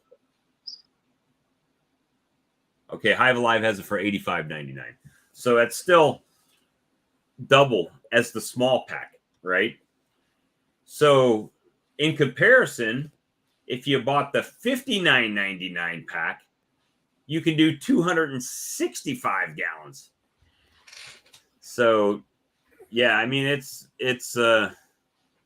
yeah, I think so as well. Now, it doesn't have thymol. I mean, that's when we go to the. Well, I mean, right now, I can't tell you where there's going to be any advantage to it. To which one? As far as, it's like, okay, it's pricey. Okay. Am I going to get anything out of it? I haven't, I can't see anything now. Of course, an Apis, you feed it now, you see the results come springtime. Whereas when it comes to this stuff, it's got thymol in it. It's got, let's see. The only two things that stand out is thymol and the stuff that's from the seaweed that they're talking about. And it's got lemongrass in there. Well, lemongrass just makes it take a, I mean, I will say one thing, I put that in there and they suck the quart jar down within about a day. Well, they did that for me yesterday too. I mean, Right. So it's just I'm not bad mouthing it. Like I said, I haven't used it. I'm not saying it's a bad product. I don't have that experience with it. I just look at the dollars and cents of it, right? So, Well, people look at that as like Apis. They haven't used that. You know, it's $25 or, you know, for me, I mean, that shipping and everything is around 70 some bucks, but $74, $75 for, but I can mix up 260 some gallons. But when it comes down to visual, you know, what would you say, an outcome of now you can use the fondant up there because it gets cold enough to keep that fondant kind of stiff. Yeah, right? well, fondant, I mean, I've used fondant in my nukes and stuff like emergency feeding and stuff like that. And I mean, my club right now is buying sugar for the club, you know, to get better pricing. And they're also, well, it's not really better pricing. It's a little more convenience is what it amounts to. And then we're buying 50-pound blocks. And I bought a couple 50-pound blocks. And I'll tell you, when you got to sit there and slice and dice that stuff, you can have that fondant. I'll do like what I went out and I bought 2 1-inch deep sheet cake pans from Amazon for about like $18 a piece out of aluminum, and I can get like 15. I got it divided out. I think it's like 15 or 16 cakes and sugar cakes, and that, you know, and all I do is put a shim on there, throw them on top of the frames, and I'm done. It's way easier making sugar cakes up. I mean, I have to have a big drill and a paddle bit on the end of it and to mix it up nice. But that ain't, don't, you know, half hour, I'm done. I got 2 big cheat cakes. I got 30 some cakes of sugar mixed up, scored, ready to go. I stick it in my over top of my hot box into where the incubator is. And there's enough heat coming up in there within a couple of days. It's nice and hard and works great. So, but Apis definitely works. I don't know, Todd, the bees seem to act better and they're vibrant and, I don't know. They just seem to be better, or maybe that's my head. I don't know. Maybe it's just because of the sheer volume of bees. And it's not just to come in the springtime. It's just like all through the whole summer. Exactly. And now the only thing I will have to say, I lost those 4 queens in my production area, honey production area, and I dumped nukes in there with queens, and 3 out of that one hive I just dumped out in the grass. That's the only one that gave me trouble all season. The rest of them made a comeback, and they're all, I got into them, like say this evening, and they're just tons of bees. Yeah. Tons of bees. It's amazing that the effects of it are still lingering. I know that for a fact because it's never been this way for me before. Now, I will say that I grafted off of Jose's queens from last year. So, you know, maybe that helps too. But the biggest I have to rehydrate them to do that. The biggest factor for me though is that Apis. It just, that was a, you know. Well, it's one of those things that it's hard to quantify if you don't actually see it. Yeah, right. Exactly. You have to really see what we're talking Main about. thing I tell people, like some folks that bought your stuff from you, Bob, that I told about, I said, now you be careful with that stuff. I said, I mean, you know, it's like Brian was saying, you know, you better be on the guard when it comes springtime. And normally around here it's April. I said, no, you need to get in there in the March. That's how much it's gonna, they're gonna build up us is and stuff. So like down here, generally they'll start getting ready to do splits around mid to late February here. Yep. That's what they try to target is like Valentine's Day is like Yeah, well, that's down the deep south. That's where queen rearing starts and everything else. So I mean, now there was somebody. It was on the on Facebook, a couple counties over in Maryland, and they were looking for a mentor to, the husband and wife were fighting over on how they were going to do the splits. And I'm thinking to myself, it's September. Why are you even thinking about splits? I mean, it's like now's the time to. I am, Brian, but I'm not feeding it like, I hate to say religiously. I'm not feeding it every single time I feed, but I'll feed it like I fed it yesterday. Today I didn't feed it. If they need feed tomorrow, I'll feed it tomorrow. It's like every other day thing for me. Well, Brian, the first 80 gallons, I'll have APIS in it. That's 2 tank loads, and that's basically filling up my top high feeders. And there's 40 gallons will fill up all my top high feeders. That'll last me once to take a box of just waxed foundation, and drop it in there and just slam it to them to see if they actually will start filling it up in a super. I mean, some of those that are just drinking it down. Matter of fact, the ones that I have those top high feeders on.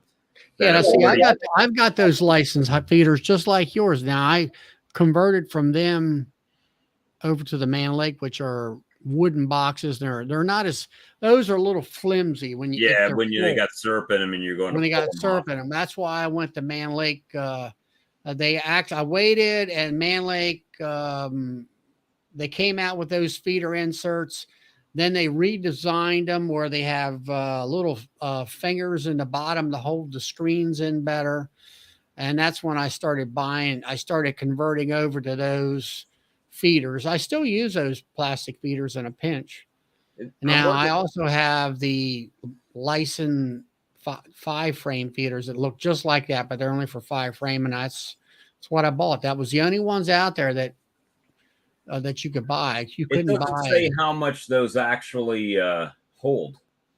What's that? Those licensed feeders. I think it's more like it's about 1.5 gallons to 2 gallons. I think it's 2 gallons is what I'm thinking, but the 5-framers will hold 3 quarts, basically 3 quarts. And they took down that one colony, took down a whole feeder full yesterday. Well, that's what I say. I mean, people talk about, I don't understand about people concerned about their Sherwooder getting funky on them, getting with floaters or whatever in it. Now, I've had that in quart jars in the middle of the summer, and the quart jars are sitting on my kitchen counter waiting for me to use them.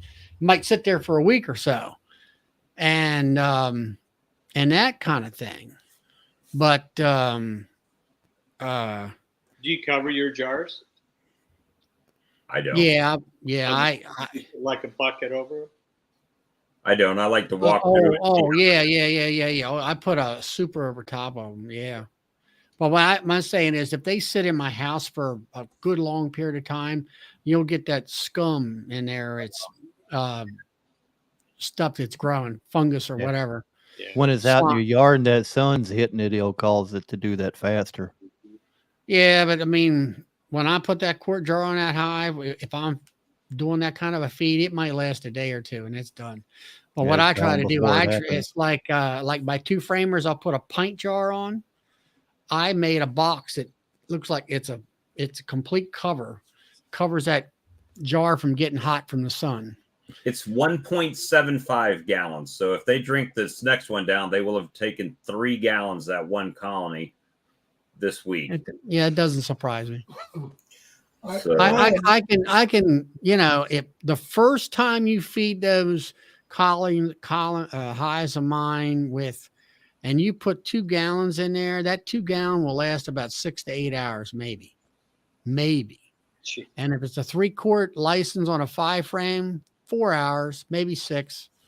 If you put it in there that evening, let's say it's 6:30 in the evening, just before dark is when I like to feed.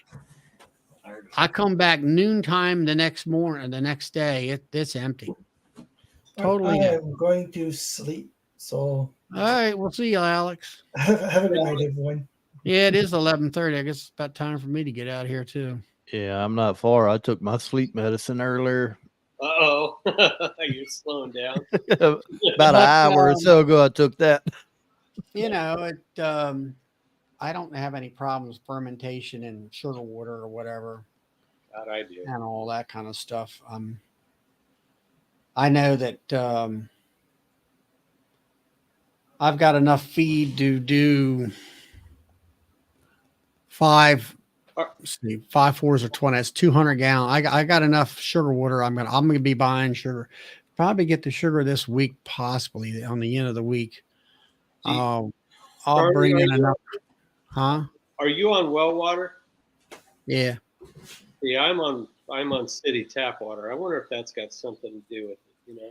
Well, you got chlorine in yours. Yeah, I'll say you'll have chlorine, different stuff. Now, chlorine will cause it to where it don't get that algae stuff or growth in it as fast. Well, yeah, I think it's all about how fast they take it down and not leaving the feed on too long, right? Yeah. I have extra jars, so in between, I just go ahead and try to rinse them out and get all the leftover sugar out of there, and then do it again. Let them go. But yeah, I mean, it was pretty amazing because this is the first year that I've never fed like this on top, right? So this is the first year for that. I did buy those buckets from Bob Binney that were 2-gallon buckets, right? But I found that, I don't know, it might have just been the time of the year that the temperature swings were causing it to drip down into the colony too much or something. But these quart jars, they seem, I mean, yeah, you'll get a little bit of dripping, but they seem to be right up there on top, right there now, taking it. So we're going to try to keep it to them, see if, put some weight in the boxes. That's what I'm trying to do right now, is that, and get them. Try to hit it with 2 to 1 and try to direct feed them in each hive. I think you'll find out better than open feeding. Yeah, well, I mean, the funny thing was I put jars on everything, and I still put some in the open feeder, and they didn't care about that open feeder when it was right on the colony. I mean, which it was a little bit later, but typically once they find it, they'll just keep going at it till they're flying in the dark almost, But I haven't, I mean, it was pretty good. I mean, even my weaker colonies, like that one that I just put that, the one with the pan on it, right? It doesn't have that many bees in it. They drank a pint. So, as long as they keep taking it, we're going to keep giving it to them. They need it. And hopefully they brood up and get back to strength, because I think it's really hard. I mean, it's so regional. I mean, with your pests and stuff, that like the beetles, right? I mean, I hate to keep talking about beetles, but the thing is that they'll stop everything in there because they don't know if they're leaving that colony because the pest pressure is too high. Obviously Adamine decided they were leaving their colonies, and some of them, they shut down. I think they shut down because they're planning to leave the colony. And then if you can get them in check, she immediately started laying eggs again. And well, I'm curious about those when you get those beetle bottom boards in tomorrow. Oh yeah. And you were saying that one that Chris brought up there, where you're seeing sort of a turnaround. They're laying eggs now. Oh yeah, it's. I did take the little bit of. They were eating that pollen patty, but when I went in there was some little larvas in it, and I just chucked that stuff out of there. And is that the Man Lake pollen patties, or you made them? No, that was the ones I made. That they had peppermint in them too. So I was about to say some of the ones I bought from Man Lake a year before last. As soon as I got them in the mail, I mean, within a day or two, not even putting them in the hive, just in the box, you could see a little larva here or there. And I kept them moving around. refrigerated too. I put mine in the deep freeze, in the chest freezer. And, Yeah, I had the Man Lake ones, and I'll never buy them. I'm done with all that. I mean, they ate them a little bit, but they were, to me, they were like almost dried out. Right. That's like the global patties. I got them in the freezer. The freaking ants got into them here at the house. And I put them in the freezer. And actually, before I go to bed tonight, I need to go down and grab a patty or two and let it thaw out and throw them in these here baby hives I'm trying to grow. And, but other than that, I mean, springtime by March, we got pollen starting to come in, and they ain't going to touch that. And I've got buckets of pollen powder out there, which I normally use that when I'm queen rearing is the only reason I have that. But as far as spending any money on buying, a box of pollen patties, or I'm not even sure I'll buy another box of global. It seemed like they're eating it here now when there's a dearth on.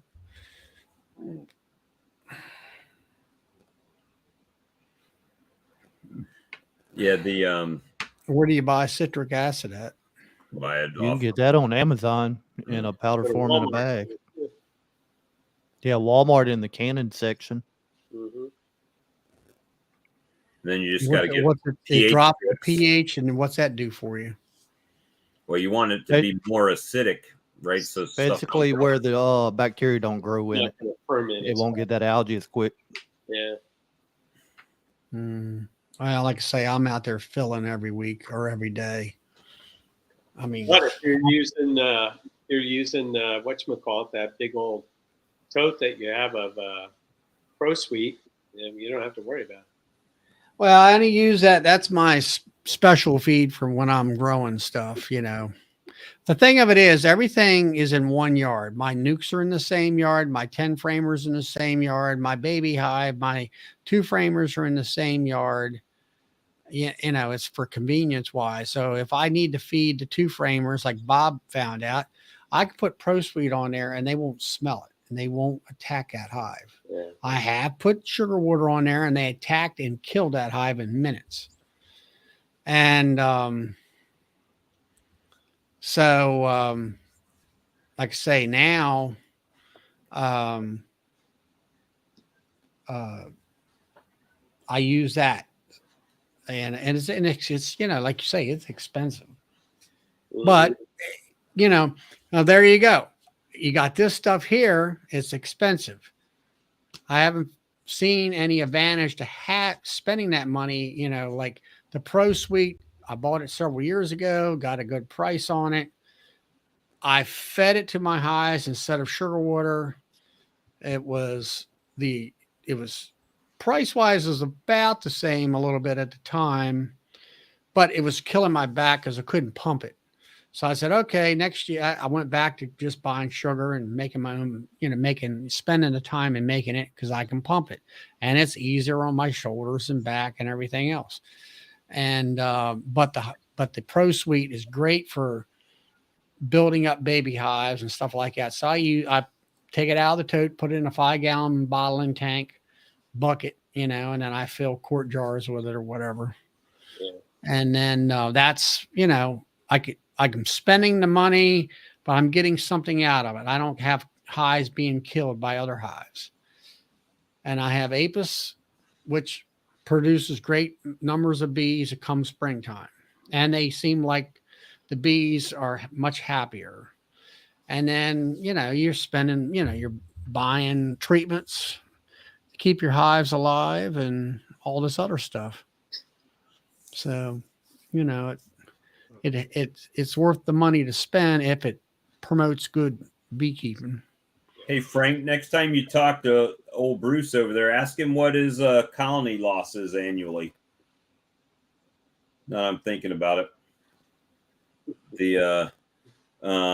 Because I think I remember, and I might be wrong, but he came on the stream one night, and I believe he said it was 80% one time. Ouch. So I might be wrong on that number, but if you have his ear sometime, ask him, see if he'll tell you what his annual colony loss percentage are. Which, you know, he does do a lot of cutouts and swarm catching and stuff like that, so he replenishes it kind of like Mr. Ed does and Dirt Rooster and those guys down south, where they don't really have to worry about colony loss because they're making money on the swarm removal and getting the bees to replenish their numbers. So just something to think about. But yeah, Robert, I'm curious how your hive beetle situation's going, because he had a couple slime outs up there. So,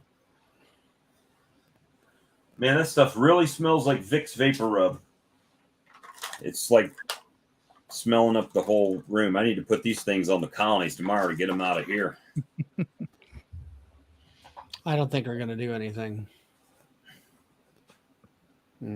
Well, guys, it's 20 minutes to 12 here. So I think it's time for me. He's got to get up in like 2 minutes to go to work. 3:30, at least for now. And then whenever I go to the other plant, probably earlier than that. But I'll get off earlier. Thanks. All right, guys. Well, we're going to go ahead and end the live stream now, and we'll be live on Lee's channel tomorrow at 8. So if you're not interested in the honey show spectacular at the Kentucky Fried Conference, come over and join us over here, because we will be here.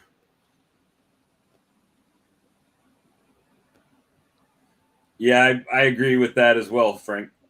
But anyway, guys, have a great night. Thank you for tuning in, and we'll see you on the next stream. Have a good one. You hitting the button or me?